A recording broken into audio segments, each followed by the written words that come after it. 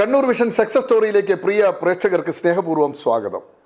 Success story ഇന്നത്തെ നമ്മുടെ അതിഥി ദുബായിൽ നിന്നുള്ള ഒരു അതിഥിയാണ്. അപ്പോൾ നിങ്ങൾ ആലോചിക്കും ദുബായ്ക്കാരനാണോ? അല്ല. ദുബായ് എന്ന് കേൾക്കുമ്പോൾ തന്നെ മലയാളികളുടെ മനസ്സിൽ ഒരു കുളിര് പോരും. കാരണം ഏതൊരു മനുഷ്യനും ജീവിക്കാൻ ആഗ്രഹിക്കുന്ന ലോകത്തെ തന്നെ നമ്പർ 1 നഗരം, അത്ഭുതങ്ങൾ ഒത്തിരി സൃഷ്ടിച്ചിട്ടുള്ള ഒരു നഗരമാണ് ദുബായ്. നമുക്കറിയാം ബുർജ് ഖലീഫ ഏറ്റവും ഉയരം കൂടിയ കെട്ടിടം. പക്ഷെ അവിടെ ഏറ്റവും കൂടുതൽ മുറികൾ ഉള്ളത് മലയാളിക്കാണ്. 23 മുറികൾ ഉള്ളത് തൃശ്ശൂർക്കാരനായ ജോർജ് നേരാമ്പറമ്പിലാണ്. ഞാൻ അങ്ങോട്ടൊന്നും അല്ല പോകുന്നത്. അവിടുത്തെ റോഡുകളും പാലങ്ങളും ഗതാഗത സംവിധാനങ്ങളൊക്കെ നമ്മളെ അത്ഭുതപ്പെടുത്തുന്നതാണ്. ഓരോ 6 മാസം കൂടുമ്പോഴും വലിയ മാറ്റങ്ങളാണ് ദുബായിൽ ഉണ്ടായിക്കൊണ്ടിരിക്കുന്നത്. ഇന്ന് കാണുന്ന റോഡ് നാളെ വേറൊരു രൂപത്തിലായിരിക്കും. ഒത്തിരി അടിപ്പാതകളും ഓവർ ബ്രിഡ്ജുകളും ഒക്കെയുള്ള മനോഹരമായ നഗരം. ഗതാഗതം കാണുമ്പോൾ തന്നെ ദുബായിൽ എത്തിക്കഴിഞ്ഞാൽ നമ്മൾ ഷെയ്ഖ് റോഡിലൂടെയൊക്കെ സഞ്ചരിക്കുമ്പോൾ ഇവിടുത്തെ 6 വരി പാതയെക്കുറിച്ചൊക്കെ ആലോചിക്കുമ്പോൾ അവിടെ 12 വരി പാതയൊക്കെ ഇങ്ങനെ കടന്നു പോകുന്നത് കാണുമ്പോൾ നമ്മളിൽ അത്ഭുതം സൃഷ്ടിക്കും. മലയാളികൾക്ക് നൊസ്റ്റാൾജിയാണ് ദുബായ്. ദുബായ് എന്ന് കേൾക്കുമ്പോൾ മലയാളികൾക്ക് ഒരു ഇഷ്ടമാണ്, സ്നേഹമാണ്, കരുതലാണ്.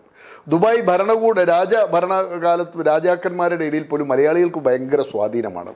അപ്പോൾ ദുബായിൽ 30 വർഷക്കാലം അവിടുത്തെ റോഡ് ട്രാൻസ്പോർട്ട് അതോറിറ്റിയിൽ നിങ്ങൾ അവിടെ ചെന്നാൽ കാണാൻ RTA എന്ന ബോർഡ് പല സ്ഥലത്തും കാണാം. അതിൽ 30 വർഷം സേവനമനുഷ്ഠിച്ച ഒരു എഞ്ചിനീയർ നമ്മുടെ ഒപ്പം ചേർന്നാലോ? ഇന്ന് ദുബായിൽ കാണുന്ന 70ലേറെ പാലങ്ങൾ ഉൾപ്പെടെ അല്ലെങ്കിൽ അടിപ്പാതകൾ ഉൾപ്പെടെ ഒട്ടകങ്ങൾ ഉൾപ്പെടെയുള്ള മൃഗങ്ങൾക്ക് കടന്നു പോകാനുള്ള പാതകൾ ഉൾപ്പെടെ സൃഷ്ടിച്ച വിഭാഗത്തിൻ്റെ എഞ്ചിനീയർ ആയിരുന്ന ഒരു ഉദ്യോഗസ്ഥൻ നമ്മോടൊപ്പം ചേരുകയാണ്. നമ്മൾ ദുബായിയുടെ വളർച്ച നമ്മൾ ഉപരിതലത്തിൽ ഒത്തിരി നമ്മൾ കാണുന്നു. എന്നാൽ അതിൻ്റെ ആഴങ്ങളിൽ, അതിൻ്റെ അണിയറയിൽ പ്രവർത്തിച്ച ഒരു എഞ്ചിനീയർക്കൊപ്പമാണ് നമ്മുടെ സഞ്ചാരം. അദ്ദേഹം ധർമ്മടത്താണ്. അദ്ദേഹത്തിൻ്റെ പേര് ശിവറാം മാറോളി എന്നാണ്. അദ്ദേഹത്തിലൂടെ ഒന്ന് സഞ്ചരിച്ചാൽ ദുബായിയുടെ നിർമ്മിതി, നമ്മൾ കാണുന്ന ഗതാഗത സംവിധാനങ്ങളിലുണ്ടായ നിർമ്മിതികളിലൂടെ നമുക്കൊന്ന് സഞ്ചരിക്കാം. പ്രേക്ഷകർക്കും ഒപ്പം ശിവറാം മാറോളിക്കും സക്സസ് സ്റ്റോറിയിലേക്ക് സ്വാഗതം.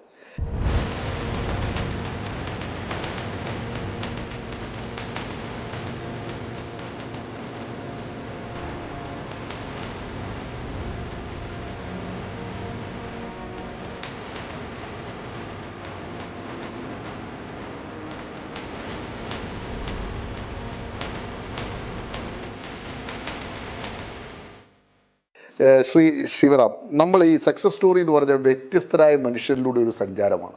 അപ്പോഴാണ് താങ്കളെക്കുറിച്ച് അറിയുന്നത്. 30 വർഷക്കാലം UAE ഏതാണ്ട് 3-4 എമിറേറ്റ്സിൽ താങ്കൾ വർക്ക് ചെയ്തു. ഇറാഖിൽ ഉൾപ്പെടെ വർക്ക് ചെയ്തൊരു പാരമ്പര്യം താങ്കൾക്കുണ്ട്. അപ്പോൾ ആദ്യം താങ്കളെക്കുറിച്ച് അറിയണമല്ലോ. ശരിക്കും താങ്കൾ എവിടെയാണ് ജനിച്ചത്? പിണറായി പാറപ്പുറം ദേശത്ത് പിണറായി വംശത്തിൽ ജനിച്ചു. മാതാപിതാക്കളൊക്കെ? അച്ഛൻ പ്രസിദ്ധനായ ആധാര എഴുത്തുകാരനായിരുന്നു, മാറോളി കണ്ണൻ എന്ന് പറയും. മാറോളി കണ്ണൻ. അമ്മ ലക്ഷ്മി. നിങ്ങൾ എത്ര മക്കളാണ്? ഞങ്ങൾ 6 മക്കള്. അത് ഒരു മൂത്ത ജ്യേഷ്ഠത്തി, രണ്ടാമത്തെ ഞാനാണ്. മൂന്നാമത്തെ എൻ്റെ അനിയൻ ബാങ്ക് മാനേജറായിരുന്നു വിജയ ബാങ്കില്. 4ാമത്തെ അനിയൻ സൗദിയിലൊരു ഇതിൻ്റെ മാനേജറായിരുന്നു ഒരു കമ്പനിയുടെ. 5ാമത്തത് സിസ്റ്റർ. 6ാമത്തത് വക്കീലാണ്. ഇപ്പോഴും തലശ്ശേരി വാർഡിൽ പ്രാക്ടീസ്. മാറോളി പ്രസന്നകുമാറാണ്. തലശ്ശേരി വാർഡിൽ പ്രാക്ടീസ് ചെയ്യുന്നത്. എങ്ങനെയാണ് ഞങ്ങളുടെ കുടുംബം? നിങ്ങൾ എങ്ങനെയാണ് ഈ ചെറുപ്പകാലമൊക്കെ, ഈ നിങ്ങളുടെ ഒരു പ്രാഥമിക വിദ്യാഭ്യാസമൊക്കെ എവിടെയായിരുന്നു? വിദ്യാഭ്യാസം അവിടെയുള്ള അമ്പുവാഷ സ്കൂൾ എന്ന് പറയും. Pinarayi west basic school. അമ്പുവാഷ സ്കൂൾ എന്നാണ് അറിയപ്പെടുന്നത്. എത്രാം ക്ലാസ് വരെ അവിടെ പഠിച്ചു? അവിടെ 5ാം ക്ലാസ് വരെ പഠിച്ചപ്പോൾ പിന്നെ അവിടെ വന്നു. പിന്നെ ആ കൊല്ലാണ് അവർക്ക് അത് മുന്നോട്ട് ഹയർ പ്രൈമറി ആക്കാനുള്ള പെർമിറ്റ് കിട്ടിയത്. അപ്പോൾ പിന്നെ അവിടെ നിന്ന് പിന്നെ 8ാം ക്ലാസ് വരെ 8th സ്റ്റാൻഡേർഡ്. പിണറായി വിജയന്റെ മണ്ണാണല്ലോ. പിണറായിയൊക്കെ അന്ന് നിങ്ങളുടെ കൂടെ ഉണ്ടോ? എങ്ങനെയാണ്? എന്റെ സിസ്റ്ററുടെ കൂടെ പഠിച്ചതാണ്. പെങ്ങളെ കൂടെ പഠിച്ചതാണ്. പരിചയം ഉണ്ടായിരുന്നു ആ കാലത്തൊക്കെ പിണറായി? അറിയോ? അറിയില്ല. സീനിയർ ആണ്. അതുകൊണ്ട് പിന്നെ അങ്ങനെ അത് പിന്നെ അത് കഴിഞ്ഞ സെന്റ് ജോസഫ്, തലശ്ശേരി സെന്റ് ജോസഫില് SLC. ഈ സ്കൂൾ വിദ്യാഭ്യാസ കാലമൊക്കെ എങ്ങനെ? കണ്ണൂരും തലശ്ശേരി എന്നൊക്കെ പറഞ്ഞ എപ്പോഴും രാഷ്ട്രീയമുള്ള മണ്ണാണല്ലോ. രാഷ്ട്രീയം ഉണ്ടായിരുന്നു? വലിയ വിഷമമായിരുന്നു. രാഷ്ട്രീയമൊന്നുമില്ല. പിന്നെ പോക്ക് വരവൊക്കെ നമ്മൾ പുഴ കടന്നിട്ട് വേണം ദിവസവും. ബസ്സില്ല. ബസ് അന്ന് പാറപ്പുറത്ത് ബസ്സില്ല. പിന്നെ പുതുവേൽ കടവ് എന്ന് പറഞ്ഞൊരു കടവുണ്ട്. അതിലെ കൂടി തോണിയിൽ അപ്പുറം കടന്നിട്ട് പിന്നെ 1 കിലോമീറ്റർ നടന്നിട്ട് വേണം റോഡിലെത്താൻ. അവിടെ നിന്നാണ് പിന്നെ റോഡ് ആദ്യം ചെറുക്കുനി വരെ നടക്കണമായിരുന്നു. നല്ല ധർമ്മടം വരെയൊക്കെ നടക്കണം. പിന്നീട് പാലയാട് വന്നു, പിന്നെ മേലൂർ വന്നു, അവിടെ മേലൂർ നിന്നാണ് പിന്നെ നമ്മൾ പുഴ നീന്തി കിടന്നാണ് സ്കൂളിലേക്ക് പോവുക. കടവാണ്, തോണിയിൽ കിടന്നിട്ട് അത് സ്കൂളിൽ വരിക. എങ്ങനെയാണ് സ്കൂൾ കാലഘട്ടമൊക്കെ ഓർമ്മിക്കുന്നത് അന്നത്തെ കാലത്ത്? സെന്റ് ജോസഫ് നമുക്ക് വരുന്നതിന് സമയമില്ല, കാരണം ഇവിടുന്ന് പോയി വൈകുന്നേരം പിന്നെ NCCയിലുണ്ട്. NCCയും കഴിഞ്ഞ് വരുമ്പോഴേക്ക് സന്ധ്യയാവും. ഈ അമ്പു മാസ്റ്റർ സ്കൂളിലെ കാലഘട്ടം എങ്ങനെ ഓർമ്മയുണ്ട്? അമ്പു മാസ്റ്റർ സ്കൂൾ സാധാരണ നാടൻ സ്കൂളുകളാണ്. അപ്പൊ നമ്മള് പ്രത്യേകമായിട്ട് മാഷെ പറ്റി പറയുന്നത് ശരിയല്ല, മര്യാദക്ക് പഠിപ്പിക്കാനൊന്നും മാഷ് വരില്ല. കൃഷിയും അന്നത്തെ കാലത്ത് എല്ലാ ക്ലാസ്സിലും മാഷുണ്ട്. പക്ഷേ ഹെഡ് മാഷ് 5ാം ക്ലാസ് 5 മാഷാണ് വരില്ല. മറ്റേ 1-2 മാസം വന്ന് പഠിപ്പിക്കും. അങ്ങനെ കട്ടിച്ച് പഠിച്ചു. 5ാം ക്ലാസ്സിൽ ഒരു ABCD അവിടുന്ന് പഠിപ്പിച്ചിട്ടില്ല. അതേ സമയത്ത് അതിൽ 1ാം ക്ലാസ്സിലെ ടീച്ചർ എന്നെയും ടീച്ചറെ മകനെയും കൂടി പ്രത്യേകം വിളിച്ചു കൊണ്ടുപോയിട്ട് ABCD ഇംഗ്ലീഷ് അക്ഷരമാല പഠിപ്പിക്കുമായിരുന്നു. അവിടെ നിന്നാണ് ഇംഗ്ലീഷിന്റെ തുടക്കം. അങ്ങനെ സെന്റ് ജോസഫിൽ എത്തുന്നു. അങ്ങനെ പിന്നെ സെന്റ് ജോസഫിൽ 10ാം ക്ലാസ് സെന്റ് ജോസഫ് പാസ്സാവുന്നു. ആ കൊല്ലത്തെ സ്റ്റേറ്റിലെ ഏറ്റവും ബെസ്റ്റ് പാസ് ഞങ്ങളെ ബാച്ചാണ്. റാങ്ക് ഹോൾഡേഴ്സ് ഉണ്ടായിരുന്നു. ഏറ്റവും നല്ല റാങ്ക് ഹോൾഡേഴ്സ് ഇല്ല, ഏറ്റവും നല്ല 1ാം ക്ലാസ് സെന്റ് ജോസഫിന്റെ ആയിരുന്നു. 10ാം ക്ലാസ് മുഴുവൻ കുട്ടികളും ജയിച്ചു. അത് പതിലച്ചന്റെ ആ സമയത്ത് കാലഘട്ടമാണ്. ആരൊക്കെയായിരുന്നു സഹപാഠികൾ, പ്രധാനികൾ? സഹപാഠികൾ ഒന്ന് PK കൃഷ്ണൻ സൺസിന്റെ എന്റെ വളരെ ഇപ്പോഴും നമ്മൾ വളരെ അടുത്ത സുഹൃത്തുക്കളാണ്. പിന്നെ ഡോക്ടർ അരുൺ ഒന്നുണ്ട്. പിന്നെ ഒരു ഡോക്ടർ സുധാകരൻ ഗൾഫിലായിരുന്നു. സുധാകരൻ ഇപ്പം ഇവിടെ ഉണ്ട്, കാണാം. പിന്നീട് ഒരു വത്സനുണ്ട്, നമ്മളെ ദിവാരം വക്കീലിന്റെ അളിയൻ ഇവിടെ മരിച്ചുപോയി, കോവിഡ് സമയത്ത് മരിച്ചുപോയി. ഇവരൊക്കെ തന്നെയാണ് ഇങ്ങനെ കാലത്തുണ്ടായിരുന്നു. 10ാം ക്ലാസ് സ്കൂൾ കാലത്ത് വേറെ പൊളിറ്റിക്സും കാര്യങ്ങളൊന്നും ഒന്നുമില്ല. നേരെ പോവാൻ പഠിക്കുക പോവാ. വീട്ടിലൊക്കെ എങ്ങനെയാ മാതാപിതാക്കളൊക്കെ ഒരു ശിക്ഷണമൊക്കെ എങ്ങനെയായിരുന്നു ആ കാലത്ത്? അച്ഛൻ വളരെ ഡിസിപ്ലിൻഡ് ആണ്. അടിക്കൊന്നുമില്ല, കണ്ണു വീഴ്ച പേടിച്ചാൽ അത് തന്നെ മതി. കണ്ണൊന്ന് നോക്കിയാൽ മതി. ആ ഒരു നോട്ടത്തിൽ അച്ഛന്റെ അടുക്ക് കാര്യങ്ങളൊക്കെ എങ്ങനെയാ അവതരിപ്പിച്ചിരുന്നത്? അത് പറയും. അപ്പൊ ചിലപ്പോ അമ്മേന്റെ അടുത്ത് കാര്യം അന്ന് പറയാനോ കാര്യങ്ങളൊന്നുമില്ല. ഒരു ഷർട്ട് വേണം, മറ്റേ വേറെ ഡിമാൻഡുകളല്ലോ ഇന്നത്തെ പോലെ ആവശ്യങ്ങൾ കൂടുതലില്ലല്ലോ. അത് കഴിഞ്ഞ് അങ്ങോട്ടാണ് പഠനം. സെന്റ് ജോസഫ് കഴിഞ്ഞ് പിന്നെ ബ്രണ്ണൻ കോളേജിൽ ചേർന്നു. അപ്പൊ ബ്രണ്ണൻ കോളേജിൽ ചേർന്നതിന് ശേഷമാണ് പോളിടെക്നിക്കൽ അഡ്മിഷന്റെ ഇത് വരുന്നത്. അപ്പൊ അതിൽ എനിക്ക് അഡ്മിഷൻ കിട്ടി. അങ്ങനെ പോളിടെക്നിക്. ഏത് പോളിയിലാണ് പഠിച്ചത്? കണ്ണൂർ പോളി. തോട്ടട പോളിയിലാണ് എന്റെ ഡിപ്ലോമ വരുന്നത്. ഡിപ്ലോമ അവിടെ ചെയ്തു. അതിനുശേഷം ഡിപ്ലോമയ്ക്ക് ശേഷം ഞാൻ സെൻട്രൽ PWDയിൽ ജൂനിയർ എഞ്ചിനീയറായിട്ട് പോസ്റ്റിംഗ്. അതായത് എൻ്റെ 52 സ്റ്റുഡൻസിൽ ആർക്കും ധൈര്യമില്ലായിരുന്നു ഇതിന് അപ്ലൈ ചെയ്യാൻ വേണ്ടി. നമുക്കൊന്നും കിട്ടൂലടോ എന്ന് പറഞ്ഞു. ഒരാൾ അപ്ലൈ ചെയ്തില്ല. ഞാൻ മാത്രം, എൻ്റെ കൂടെ ഒരാൾ മാത്രം, ഒരു കുഞ്ഞിക്കണ്ണൻ, TP കുഞ്ഞിക്കണ്ണൻ എന്ന് പറഞ്ഞൊരു സിനിമാ നടനും PWD എഞ്ചിനീയറൊക്കെ ആയിരുന്നു. കുഞ്ഞിക്കണ്ണന് ഞാനുമാണ് മദ്രാസിൽ ആകെ അറ്റൻഡ് ചെയ്യുന്നത്. മദ്രാസിലാണോ അതിന്റെ എക്സാമും? മദ്രാസിലായിരുന്നു. ഞാനും കുഞ്ഞിക്കണ്ണനും പോയി. കേരളത്തിലെ PWD അല്ലേ? ഇല്ല, സെൻട്രൽ കേന്ദ്ര ഗവൺമെന്റ്. അപ്പൊ ഞങ്ങളവിടെ പോയി. അയാൾക്ക് കിട്ടിയില്ല, എനിക്ക് അപ്പോയിന്റ്മെന്റ്. എവിടെയാണ് first posting? First posting Bombay aviation ഡിവിഷനിൽ, ബോംബെ സാന്താക്രൂസ് എയർപോർട്ടിലാണ് ഫസ്റ്റ് പോസ്റ്റിംഗ്. അതെ, അന്ന് എയർപോർട്ടൊക്കെ ഏത് ഇയറിലാണ്? 1972 ആണ്. അപ്പൊ അന്ന് എല്ലാ എയർപോർട്ടുകളും സെൻട്രൽ PWD ആണ് മെയിൻറ്റെയിൻ ചെയ്യുന്നതും കൺസ്ട്രക്ട് ചെയ്യുന്നതും. പിന്നെയാണ് എയർപോർട്ട് അതോറിറ്റി എന്ന് പറഞ്ഞ ഡിപ്പാർട്ട്മെന്റ് സെപ്പറേറ്റ് വന്നത്. അത് ആദ്യം വന്നത് ഇന്റർനാഷണൽ എയർപോർട്ട് അതോറിറ്റിയാണ്. ഈ ബോംബെ എയർപോർട്ടിൽ ചെന്നിട്ട് ആദ്യം കിട്ടിയ പണി എന്താണ്? ആദ്യം കിട്ടിയത് അപ്പോഴാണ് ഈ എയർപോർട്ട് അതോറിറ്റി ആയിട്ട് ഫോം ചെയ്യുന്നത്. അപ്പോൾ അതില് ആ ഡിപ്പാർട്ട്മെന്റ് കംപ്ലീറ്റ് എയർപോർട്ട് അതോറിറ്റി ആയിട്ട് മാറുകയാണ്. അപ്പോൾ ഞങ്ങൾക്ക് പിന്നെ ഔറംഗാബാദിൽ റൺവേ വൈഡനിങ്ങുള്ള അങ്ങോട്ടേക്ക് വിട്ടു. ബോംബെ ആക്ച്വലി ഒരു മാസമാണ് അവിടെ ഉണ്ടായത്. ഒരു മാസം അവിടെ ജോലി ചെയ്തു. അതിനുശേഷം നേരെ അഹമ്മദാബാദിലേക്ക്. ഔറംഗാബാദ് അവിടെ എന്താണ്? അവിടെ runway widening, existing runway widen ചെയ്യാനായിട്ട്. അത് ചെറിയൊരു റൺവേ ആണ്. അതിൽ ടൂറിസ്റ്റിന് വേണ്ടിയിട്ടുള്ളതാണ് മെയിൻ. അതായത് ഡൽഹി, ബോംബെ, ജയ്പൂർ, ഔറംഗാബാദ്, ഡൽഹി, ഇങ്ങനെ 4 ആ സർക്യൂട്ടിലേക്കുള്ള ഫോറിൻ ടൂറിസ്റ്റ് അജണ്ട എല്ലോറ കേവ്സിനുള്ള ടൂറിസ്റ്റ്. അതാണ് ഫസ്റ്റ് കിട്ടുന്നത്. അതാണ് ഫസ്റ്റ്. ഈ നാട് വിട്ടിട്ട് ആദ്യത്തെ യാത്രയാണോ ബോംബെയിലേക്ക്? അതെ, അതിലിടയിൽ ഞാൻ ടെമ്പററി ആയിട്ട് ഇവിടെ 2-3 സ്ഥലത്ത് വർക്ക് ചെയ്തിട്ടുണ്ട്. നാഷണൽ ഹൈവേയുടെ ആദ്യത്തെ കുറ്റിയടിപ്പിക്കുന്ന ടീം ഞാനുണ്ട്. ദേശീയപാതയുടെ ഏത് ദേശീയപാത? ജില്ലയില് ഇപ്പൊ നടക്കുന്ന ദേശീയപാത 72 ആദ്യത്തെ കുറ്റിയടിക്കുന്നത് ഞങ്ങളാണ്. ഞാനുണ്ട്. ഞാൻ ഓവർസിയറാണ്. ഈ ഇപ്പൊ നടക്കുന്ന നാഷണൽ ഹൈവേയുടെ ആ ചേനോളിന്റെ വീടുണ്ടല്ലോ തളാപ്പിൽ ആ റെസ്റ്റോറന്റ് നടക്കുന്നത് ബാംബു ഹൗസ് ബാബു ഹൗസ്. അതാണ് ഞങ്ങളെ ഓഫീസ്, അതിന്റെ അപ്സ്റ്റെയർ പണ്ട് ചേനോളി വലിയ 72 പ്ലാൻ ചെയ്ത ദേശീയപാതയാണ് ഇപ്പൊ നടക്കുന്നത്. ഈ 6 വരി പാത. അതെ. അന്ന് എത്ര വരിയായിരുന്നു അന്നത്തെ പാതയുടെ? അന്ന് ഡിസൈൻ ഒന്നും ആയില്ലല്ലോ. സർവേ 15 മീറ്റർ രണ്ട് സൈഡിലും ഇപ്പോഴുള്ള റോഡിന്ന് അപ്പുറം സർവേ ചെയ്യാണ്. അതിനാണ് കുറ്റിയടിക്കുന്നത്, അലൈൻമെന്റിന് വേണ്ടിയിട്ടുള്ള കുറ്റിയടിക്കുകയാണ്. പക്ഷെ അത് 3 മാസം ഞങ്ങൾക്ക് അവിടെ അപ്പോഴേ ടെമ്പററി ആണല്ലോ. അപ്പോഴേക്ക് വേറെ വന്ന് പിന്നെ കനാലിലേക്ക് പോയി. കനാൽ ഉണ്ടല്ലോ, നാവിഗേഷൻ കനാലിന്റെ ഉണ്ട്, അത് ഒരു പ്രാവശ്യം അബാൻഡൻ ചെയ്തതാണ്. പണ്ട് എപ്പോഴും സർവേ ചെയ്തിട്ട് അത് ഫീസിബിൾ അല്ല, എക്കണോമിക്കലി ഫീസിബിൾ അല്ല എന്നും പറഞ്ഞിട്ട് അതെന്ത് ചെയ്തു, അതൊരു സ്റ്റോപ്പ്, അത് ക്ലോസ് ചെയ്തു. സെക്കൻഡ് ടൈമാണ് ഞങ്ങളുള്ള ടീം ചെയ്യുന്നത്. അവിടെ കനാലിന്റെ വർക്ക് എങ്ങനെയാ?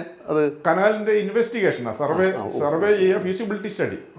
ഏത് കനാലായിരുന്നു? പഴശ്ശി കനാലാണോ അതെയോ വേറെ അല്ലല്ല, പഴശ്ശിയല്ല. പിന്നെ കേരളത്തില് റിവേഴ്സ് കണക്ട് ചെയ്യാം. വളവട്ടം പുഴ അഞ്ചരക്കണ്ടിയായിട്ട് കണക്ട് ചെയ്യാം. അപ്പൊ ചാലക്കുന്ന്, മറ്റേ എടക്കാട്, ഇതൊക്കെ കട്ട് ചെയ്യണം. അന്ന് യാഥാർത്ഥ്യമായിട്ടില്ലല്ലോ. ഇല്ലില്ല. എന്നിട്ടും ഫീസിബിലിറ്റി സ്റ്റഡി ചെയ്തപ്പോ economically budget too high stop ചെയ്തു. ഓക്കെ. അപ്പൊ തേർഡ് ടൈം ഇപ്പം രണ്ടാമത് തുടങ്ങി. ജലപാതയുടെ പുതിയ ഇതാണ് എല്ലാ നദികളും കണക്ട് ചെയ്യും. അങ്ങനെ കേരളത്തിലെ ഇന്ത്യ അത് കഴിഞ്ഞാണ് എയർപോർട്ടിലേക്ക് പോയത് അല്ലേ? രണ്ട് ഡിപ്പാർട്ട്മെന്റ് കനാല് ചെയ്തു, PWD ചെയ്തു. പിന്നെ ഒരു ട്രെയിനിങ്ങിനായിട്ട് ഇവിടുത്തെ വാട്ടർ സപ്ലൈക്കും അവിടെയും ജോലി ചെയ്തു. വാട്ടർ ഡിപ്പാർട്ട്മെന്റ് ഉണ്ടല്ലോ, അതിൽ സർവേ ചെയ്യാൻ വേണ്ടി ഞങ്ങളാണ്. അത് ഡിപ്പാർട്ട്മെന്റ് എംപ്ലോയി അല്ല, പക്ഷേ ഞങ്ങളെ കണ്ണൂർ എക്സിക്യൂട്ടീവ് എഞ്ചിനീയർ ഞങ്ങൾ ഇൻസ്റ്റിറ്റ്യൂട്ടിൽ എന്തോ ഇനോഗ്രേഷൻ വന്നിരുന്നു. നമ്മളപ്പോൾ മൂപ്പര് പറഞ്ഞു ഏതെങ്കിലും സ്റ്റുഡൻസ് അല്ലേ, കുറച്ച് എക്സ്പീരിയൻസ് ആയിക്കോട്ടെ എന്നും പറഞ്ഞിട്ട് എല്ലാവരെയും കുറെ പേരെ കൊണ്ടുപോയിട്ട് ഈ സർവേ ചെയ്യാം. ഏത് മേഖലയിലായിരുന്നു? വാട്ടർ അതോറിറ്റി, വാട്ടർ ഡിപ്പാർട്ട്മെന്റ്, കുടിവെള്ളമായിട്ട് ബന്ധപ്പെട്ട് PhD എന്ന് പറയുന്നത്. PhD ഇപ്പോഴാണ് KW ആയത്. അതെ, പണ്ട് PhD ആയിരുന്നു. അതെ. അപ്പൊ തലശ്ശേരി, കാസർഗോഡ് ഇവിടെയൊക്കെ ആ സമയത്ത് ആ പ്രോജക്റ്റിൽ അപ്പൊ സർവേ ചെയ്താൽ അലൈൻമെന്റ് ഒക്കെ വേണ്ടി സർവേ ചെയ്യണം. അപ്പൊ ദേശീയപാത, കുടിവെള്ള പദ്ധതി, കനാല്, ഈ 3 എണ്ണത്തിലും ആദ്യ ഘട്ടങ്ങളിൽ താങ്കൾ ഉണ്ടായിരുന്നു, 1/2 നൂറ്റാണ്ട് മുമ്പ് അല്ലെ? അതിനുശേഷം ആണ് നിങ്ങൾ എയർപോർട്ടിൽ ജോലി കിട്ടി പോകുന്നത്. അതിനുശേഷമാണ് അങ്ങനെ ബോംബെ അവിടെ പോയി. ഔറംഗാബാദിൽ നിന്ന് പിന്നെ എങ്ങോട്ടാണ്? ഔറംഗാബാദിൽ നിന്നാണ് ഞാൻ അവിടെ ഡിപ്പാർട്ട്മെന്റ്, ഞാൻ ബോംബെയിൽ പോകും. ഞങ്ങളുടെ ഡിവിഷൻ ഓഫീസ് ബോംബെ. അപ്പൊ ഞാനാണ് എവറി മന്ത് എനിക്ക് വിസിറ്റ് ഉണ്ട്. അതായത് ഇതിന്റെ ബില്ലുണ്ടല്ലോ, റൺവേ ബില്ലൊക്കെ പാസ്സാക്കാൻ വേണ്ടിയിട്ട് ഇവിടുന്ന് എല്ലാം പ്രിപ്പയർ ചെയ്തിട്ട് ആ ബില്ല് ക്ലർക്കുമാരൊന്നും ഹാൻഡിൽ ചെയ്യാൻ പാടില്ല. It should be handled by a officer not less than junior engineer എന്ന് പറഞ്ഞിട്ട്. അപ്പൊ നമ്മൾ കൊണ്ടുപോകാം. അപ്പൊ അവിടെ പാസ്പോർട്ടിനൊക്കെ ഞാൻ അപ്ലൈ ചെയ്തു. അപ്പോൾ ഏതായാലും പോകാനുള്ള ഒരു മനസ്സുണ്ടായിരുന്നു. എവിടത്തേക്ക് പോകാനാ മനസ്സിലുണ്ടായിരുന്നു? അന്ന് ആൾക്കാർ പോയിക്കൊണ്ടിരിക്കും. ദുബായ് ആയിരുന്നു അന്ന് മനസ്സിൽ? അതേ സൗദി ആണോ? ഗൾഫിൽ പോകണം, ഏതെങ്കിലും ഗൾഫിൽ. മൊബൈൽ ഇന്റർവ്യൂവിന് ആൾക്കാർ ഇങ്ങനെ വന്ന് കൊണ്ടുപോയിക്കൊണ്ടിരിക്കല്ലോ. അന്ന് എന്റെ ബോസ് പറഞ്ഞത്, എന്തിനാ പോന്ന്, ഇവിടെ നിന്ന് പ്രൊമോഷൻ കിട്ടി എക്സിക്യൂട്ടീവ് എഞ്ചിനീയറായിട്ട് നല്ല പെൻഷന്മാരിട്ട് അവിടെ ഇപ്പോൾ ഓൾറെഡി സാച്ചുറേറ്റഡ് ആയി, ഇനി അങ്ങോട്ട് പോകണ്ടെന്ന് ദുബൈയില് അന്ന് പറയാണ്. സാച്ചുറേറ്റഡ് ആയി, ഇനി ഗ്രോത്ത് ഒന്നും പ്രതീക്ഷിക്കണ്ട. അപ്പൊ ഞാൻ അപ്ലൈ ചെയ്തിട്ട് ഒരു 10 മാസമായിട്ട് എനിക്ക് പാസ്പോർട്ടും ഇല്ല. പിന്നെ ഞാൻ അത്രയ്ക്ക് അറിയില്ല, ഞങ്ങള് ജോലി ചെയ്യാൻ. അതെ. ഒരു ദിവസം കാണാൻ അതിന്റെ ഏജന്റ് വന്നിട്ട് പറഞ്ഞു പാസ്പോർട്ട് കിട്ടിയിട്ടുണ്ട്. ഞാൻ എന്നിട്ട് അന്ന് രാത്രി തന്നെ പോയി കളക്ട് ചെയ്തു.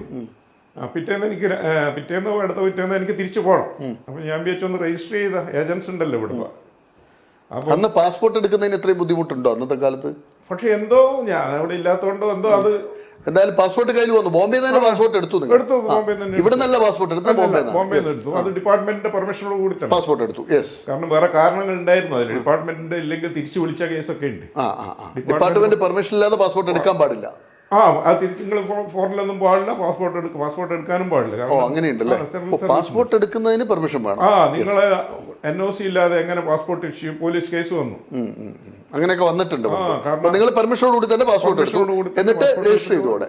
അവിടെ രജിസ്റ്റർ ചെയ്യാൻ പോയപ്പോഴും രജിസ്റ്റർ ചെയ്യാൻ പോയില്ല. ഞാൻ ജസ്റ്റ് എഞ്ചിനീയറിന്റെ വല്ല വേക്കൻസി കൈയോട് പിടിച്ചിട്ട് സംസാരമൊന്നുമില്ല. അതിൽ ഒരു പുള്ളി എന്നെ കൊണ്ട് സാഹിബിന്റെ മുമ്പ് കൊണ്ടു അവിടെ വെച്ചു. അവിടെയും ചോദ്യം ഉത്തരുന്നില്ല.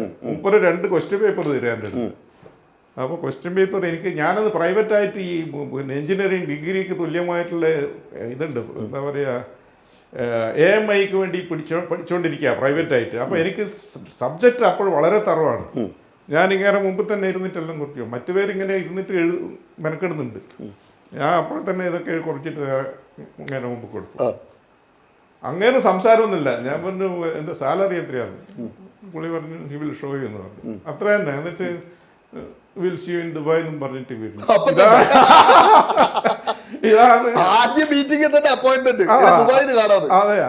അതുമല്ല 24 മണിക്കൂർ ആയിട്ടില്ല പാസ്പോർട്ട് കിട്ടിയിട്ട്. പാസ്പോർട്ട് കിട്ടി 24 മണിക്കൂറിനുള്ളിൽ ദുബായിൽ ജോലി കിട്ടിയ ആളാണ് താങ്കൾ.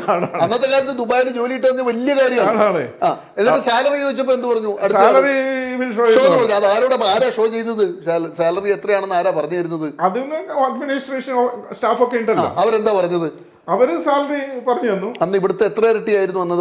ഒരു 3 ഇരട്ടി. 3 ഇരട്ടി സാലറി. അത് ചെറുതായിരുന്നു കാലത്ത് നോക്കുമ്പോൾ 3 ഇരട്ടി സാലറിയാണ്. അപ്പൊ അങ്ങനെ ഞങ്ങള് പോയി അപ്പോയിന്റ് ചെയ്തു. അപ്പോയിന്റ്മെന്റ് ആയി. എപ്പോ പോണെന്ന് പറഞ്ഞു? എപ്പോ പോണെന്ന് പിന്നെ ബാക്കി പ്രോസസ്സിങ് ഉണ്ടല്ലോ, നമ്മളെ എന്താ ക്ലിയറൻസും. അത് അപ്പൊ ഇങ്ങനെ ഇതിൽ എനിക്ക് എഴുതുന്ന കണ്ടു കോൺഫിഡന്റ് എന്ന്. എന്റെ കമന്റ് ഉണ്ടല്ലോ, അയാൾ ഇന്റർവ്യൂവിലെ ഷീറ്റ് ഞാൻ കണ്ടു എന്റെ ഇതിനെ പറ്റി. അതുകൊണ്ട് നിങ്ങൾ കോൺഫിഡന്റ്, അയാൾ കോൺഫിഡൻസ് ലെവല് അയാൾ ഓക്കെയാണ്. അപ്പൊ ഞാൻ എന്നിട്ട് ദുബായ് ചെല്ലുമ്പോൾ എന്നെ ഇയാള് ഡിപ്പാർട്ട്മെന്റിൽ തന്നെ ഫോം ചെയ്തു. ബാക്കി എല്ലാവരും പല ഡിസ്ട്രിബ്യൂട്ടറിലാണ്. അപ്പൊ താങ്കൾ അതിന്റെ ഇടയ്ക്ക് ജോലി റിസൈൻ ചെയ്തോ ലീവ് എടുത്തോ? ഇവിടുന്ന് ഞാൻ റിസൈൻ ചെയ്തിട്ടാ പോയത്. റിസൈൻ ചെയ്തു, ലീവ് എടുത്തില്ല. ലീവ് കിട്ടില്ല, ലീവ് കൊടുക്കില്ല. ലീവ് കൊടുക്കില്ല. അപ്പൊ സെൻട്രൽ ഗവൺമെന്റിലുള്ള ജോലി ഉപേക്ഷിച്ചിട്ടാണ് താങ്കൾ ദുബായിലേക്ക് പോകുന്നത്. എന്ത് ധൈര്യത്തിൽ അങ്ങനെ പോകുന്നു? ഒരു ശരാശരി മലയാളിയുടെ സ്വപ്നം എന്ന് പറഞ്ഞാൽ സെൻട്രൽ ഗവൺമെന്റിൽ ജോലി കിട്ടിയാൽ അതെല്ലാം കളഞ്ഞിട്ട് ധൈര്യത്തിൽ എങ്ങനെ ദുബായി പോയി? വളരെ അപൂർവമായിട്ട്. അപ്പൊ മാതാപിതാക്കൾ എന്ത് പറഞ്ഞു? അച്ഛനിൽ എന്ത് പറഞ്ഞു? അച്ഛനൊന്നും അറിയില്ല. പിന്നെ പക്ഷെ എന്തുകൊണ്ടാണ് ഞാൻ ഏതായാലും നാട് വിട്ടു. ട്രാൻസ്ഫർ ആയിരിക്കും, അവിടെ ഇവിടെ അലച്ചിലായിരിക്കും. നാട് വിട്ടാൽ പിന്നെ ഇവിടെ ആയാലും അവിടെയും പിന്നെ നമുക്ക് സെക്യൂരിറ്റി വേണ്ടേ? കാരണം സെൻട്രൽ ഗവൺമെന്റ് ജോലിയുടെ അത്ര സെക്യൂരിറ്റി അവിടെ കിട്ടും താങ്കൾക്ക് തോന്നിയോ? കിട്ടില്ല. പിന്നെ എങ്ങനെയാ തീരുമാനം എടുത്തു? എന്ത് ധൈര്യത്തിൽ എടുത്തു ആ തീരുമാനം? അങ്ങനെ ഒരു ആ സമയത്തുള്ള ഏത് ഇയറിലാണ് ദുബായിലേക്ക് പോകുന്നത്? 1976 യാത്ര എങ്ങനെയായിരുന്നു? അന്ന് ഫ്ലൈറ്റ് കമ്പനി എല്ലാം അറേഞ്ച് ചെയ്തത് കമ്പനി തന്നെയാണ്. ഏത് എയർപോർട്ടിലാണ് ഇറങ്ങുന്നത്? ദുബായ് എയർപോർട്ട് അന്ന് എങ്ങനെ ഉണ്ടായിരുന്നു? അന്ന് ചെറിയ ബിൽഡിംഗ് ആണ്, അവിടെയാണ് ഇറങ്ങുന്നത്. 76 എന്ന് പറഞ്ഞ 50 വർഷം മുമ്പ് ഏതാണ്ട് യൂസഫ് അലി എത്തുന്ന യൂസഫ് അലി എത്തുന്ന ആ കാലത്ത് തന്നെയാണ് താങ്കൾ അല്ലേ? അവിടെ എത്തി, താങ്കൾ അവിടെ ഇറങ്ങി. ദുബായിൽ എവിടെയാണ് ഫസ്റ്റ് അക്കോമഡേഷൻ കിട്ടിയത്? അത് ടെമ്പററി അക്കോമഡേഷൻ ഉണ്ടല്ലോ, കാരവൻ പോലെ. AC എല്ലാം ഇല്ല. അപ്പൊ എങ്ങനെയാ അവിടുത്തെ സൗകര്യം? എങ്ങനെയാ സൗകര്യം? പുരിഞ്ഞ ചൂടല്ലേ? ഫാനുണ്ട്, ഫാന് വാങ്ങി വെക്കുക. നമ്മള് AC ഇല്ലെന്ന്. ദുബായിൽ AC ഇല്ലാതിരുന്ന കാലത്താണ് താങ്കൾ അവിടെ പോയി. AC ഉണ്ട്, പക്ഷെ കമ്പനി ഇത്ര ആയിരക്കണക്കിന് ആള് വർക്ക് ചെയ്യുന്ന പ്രോജക്റ്റ് ആണ്. ഏത്? Dubai dry dock. അന്നത്തെ ലോകത്തിലെ ഏറ്റവും വലിയ ഡ്രൈ ഡോക്കാണ് ഈ ദുബായ് ഡ്രൈ ഡോക്ക്. ആ പ്രോജക്റ്റാണ്. അപ്പൊ ആയിരക്കണക്കിന് ജോലിക്കാരുള്ളതാണ്. എല്ലാവർക്കും ഒന്നും അന്ന് AC, ഇപ്പോൾ നിർബന്ധമാണ് AC. അന്ന് ഇല്ലല്ലോ തുടങ്ങിയ സമയത്ത്. പിന്നെ നമ്മള് അവിടെ ചെന്നു. നമ്മുടെ ഈ കാരവാൻ പോലുള്ളതിൽ താമസം തുടങ്ങി. ഫസ്റ്റ് കിട്ടുന്ന ജോലി എന്താ ദുബായിൽ? ഫസ്റ്റ് ഈ ഡ്രൈ ഡോക്കിൽ കപ്പൽ നിർമ്മാണത്തിന് വേണ്ടി ഇതുണ്ടല്ലോ, ഫാക്ടറികൾ. അതിന്റെ ലേഔട്ട് പ്രൊവൈഡ് ചെയ്യുക. ഇത് സർവേ ഇതൊക്കെ വെച്ചിട്ട്. കപ്പൽ നിർമ്മാണ കമ്പനികളുടെ ആണോ അതെ കപ്പൽ നിർമ്മാണശാല? കപ്പൽ നിർമ്മാണശാലകളുടെ രൂപകൽപ്പന അല്ല, രൂപകൽപ്പനയില്ല, അതിന്റെ നിർമ്മാണം. അതിന്റെ നിർമ്മാണത്തിനുള്ള അലൈൻമെന്റ് കൊടുക്കുക. സൈറ്റിലുള്ള, അതായത് ബിൽഡിങ്ങിനുള്ള നമ്മൾ ലൈൻ കൊടുക്കണമല്ലോ. അപ്പൊ അതാണ് ആദ്യമായിട്ട് ഉള്ളത്. അതിന്റെ ഫൗണ്ടേഷൻ, അതിന്റെ ഫയലിങ്, അതിനൊക്കെ ലൊക്കേഷൻ കൊടുക്കണമല്ലോ. അതാണ് ഫസ്റ്റ് ചെയ്തത്. ഓക്കെ, ആദ്യം ഈ കപ്പൽ നിർമ്മാണശാല, അതിന്റെ കപ്പൽ നിർമ്മാണ കമ്പനിയുടെ നിർമ്മാണത്തിലാണ് താങ്കൾ. കമ്പനി നിർമ്മാണശാല ദുബായ് ഷെയ്ഖിന്റെ കപ്പൽ നിർമ്മാണശാലയാണ്. അതിന്റെ നിർമ്മിക്കുന്ന കമ്പനിക്കാണ്. അതിന്റെ ബ്രിട്ടീഷ് കമ്പനിയാണ്. അതിനുശേഷം അതിൽ 5-8 മാസം ഞാൻ ചെയ്തിട്ടുള്ളൂ. അതിനുശേഷം ഞാൻ ഇൻക്രിമെന്റ് ചോദിച്ചു. അപ്പോൾ ഇൻക്രിമെന്റ് ചോദിച്ചപ്പോൾ 6 മാസമായപ്പോൾ തന്നെ ഞാൻ ഇൻക്രിമെന്റ് ചോദിച്ചു. എൻ്റെ അടുത്ത് പറഞ്ഞു അത് തിരിച്ചയച്ചു. എൻ്റെ ഓഫീസിൽ നിന്ന് അവർ തിരിച്ചയച്ചു.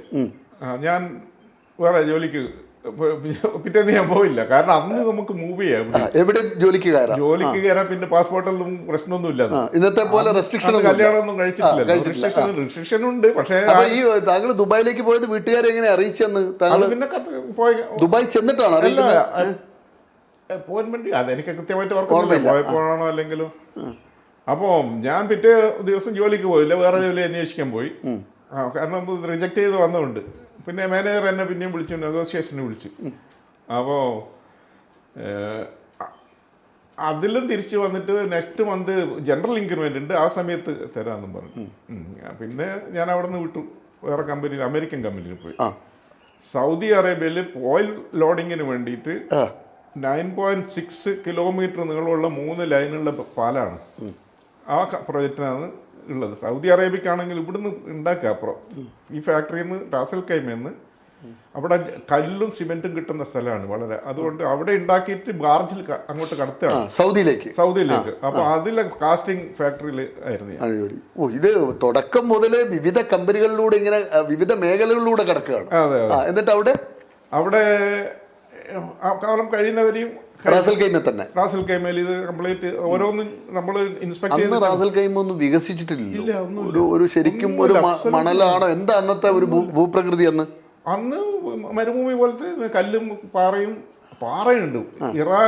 എന്താ മസ്കറ്റും ഒമനും ഇതും നല്ല ബോർഡർ, ആ മലയാണ് അതിന്റെ ബോർഡറായിട്ട് വരുന്നത്. ആ മലയിൽ നിന്നുള്ള കല്ല് പൊട്ടിച്ചിട്ടാണ് സിമെന്റ് ഫാക്ടറി.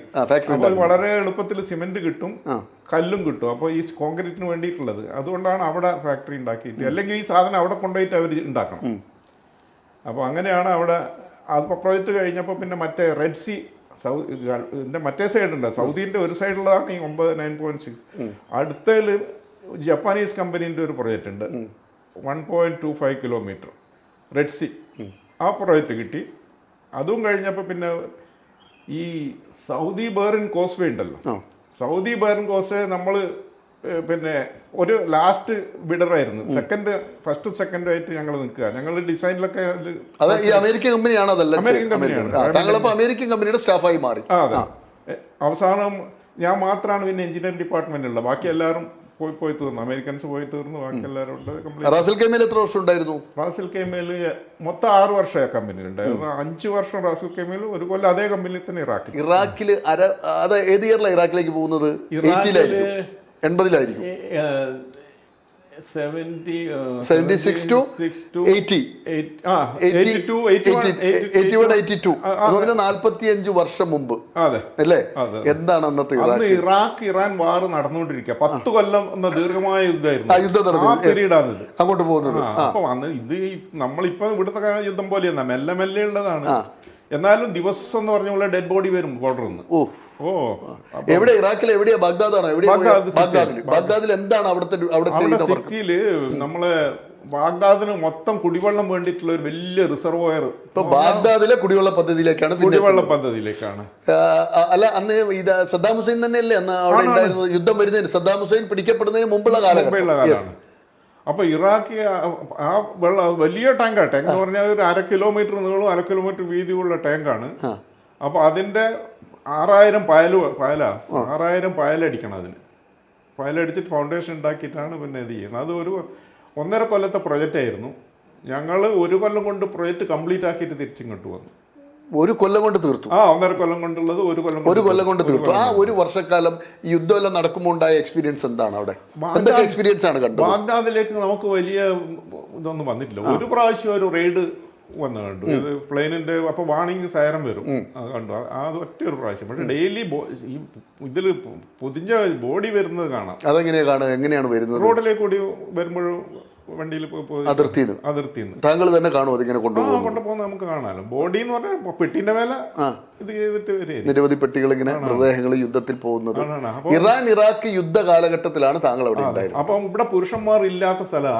ആ സമയത്ത് പുരുഷന്മാർ മുഴുവനും യുദ്ധ ഫീൽഡിലാണ്. നിങ്ങൾക്ക് സ്ത്രീകളാണ് പിന്നെ പലതും മാനേജ് ചെയ്യുന്ന ആ സമയത്ത് ദുബായ് സിറ്റിയിൽ. ഡ്രൈവർ അടക്കം ലേഡീസാണ് സിറ്റിയിൽ എല്ലാ കാര്യങ്ങളും നിയന്ത്രിച്ചിരുന്നത്. കാരണം പുരുഷന്മാർ മുഴുവൻ യുദ്ധത്തിലാണ്. അപ്പൊ അവരെ നിർബന്ധമാണ് പോണെന്ന്. പ്രായപൂർത്തി എത്തിക്കാൻ ഹാജരായിക്കൊള്ളണം യുദ്ധത്തിൽ.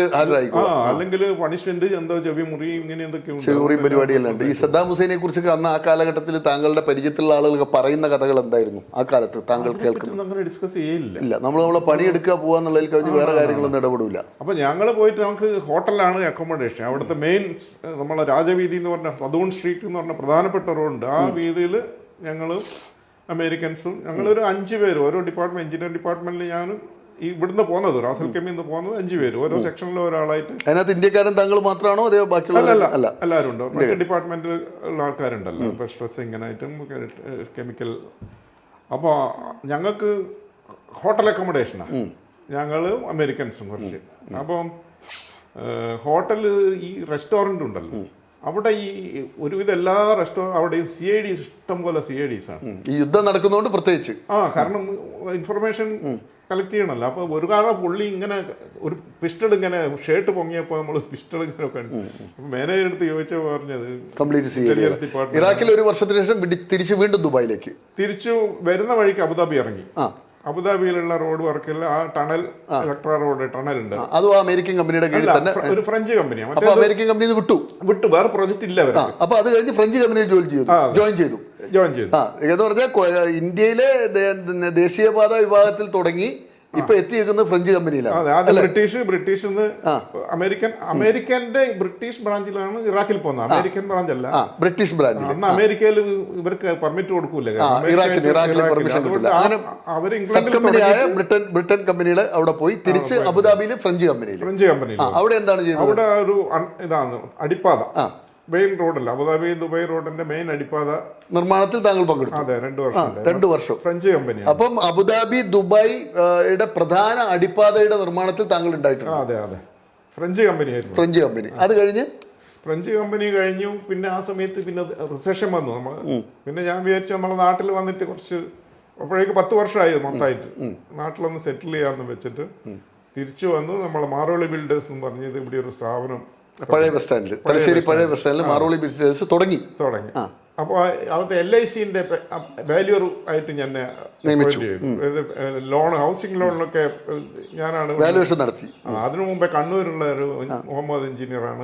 എത്ര വർഷം പിന്നെ നാട്ടിൽ നിന്നു? നാട്ടിൽ 2 വർഷം. അത് കഴിഞ്ഞ് വീണ്ടും തിരിച്ചു ഞാൻ പോയി. എങ്ങോട്ടേക്ക്?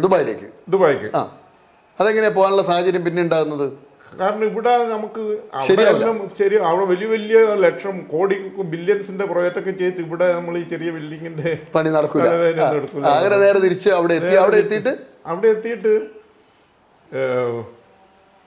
എത്തിയിട്ട് ഞാനിങ്ങനെ പിന്നെ CB ഒക്കെ കൊടുത്തില്ല. അപ്പൊ ഞാൻ പോകുന്ന വഴിയില് അവിടെ അൽനബൂദ എന്ന് പറഞ്ഞ കമ്പനി ഉണ്ട്. അൽനബൂദന്റെ ഒരു കാസ്റ്റിംഗ് കമ്പനി, ചെറിയ പ്രീ കാസ്റ്റിംഗ് കമ്പനി.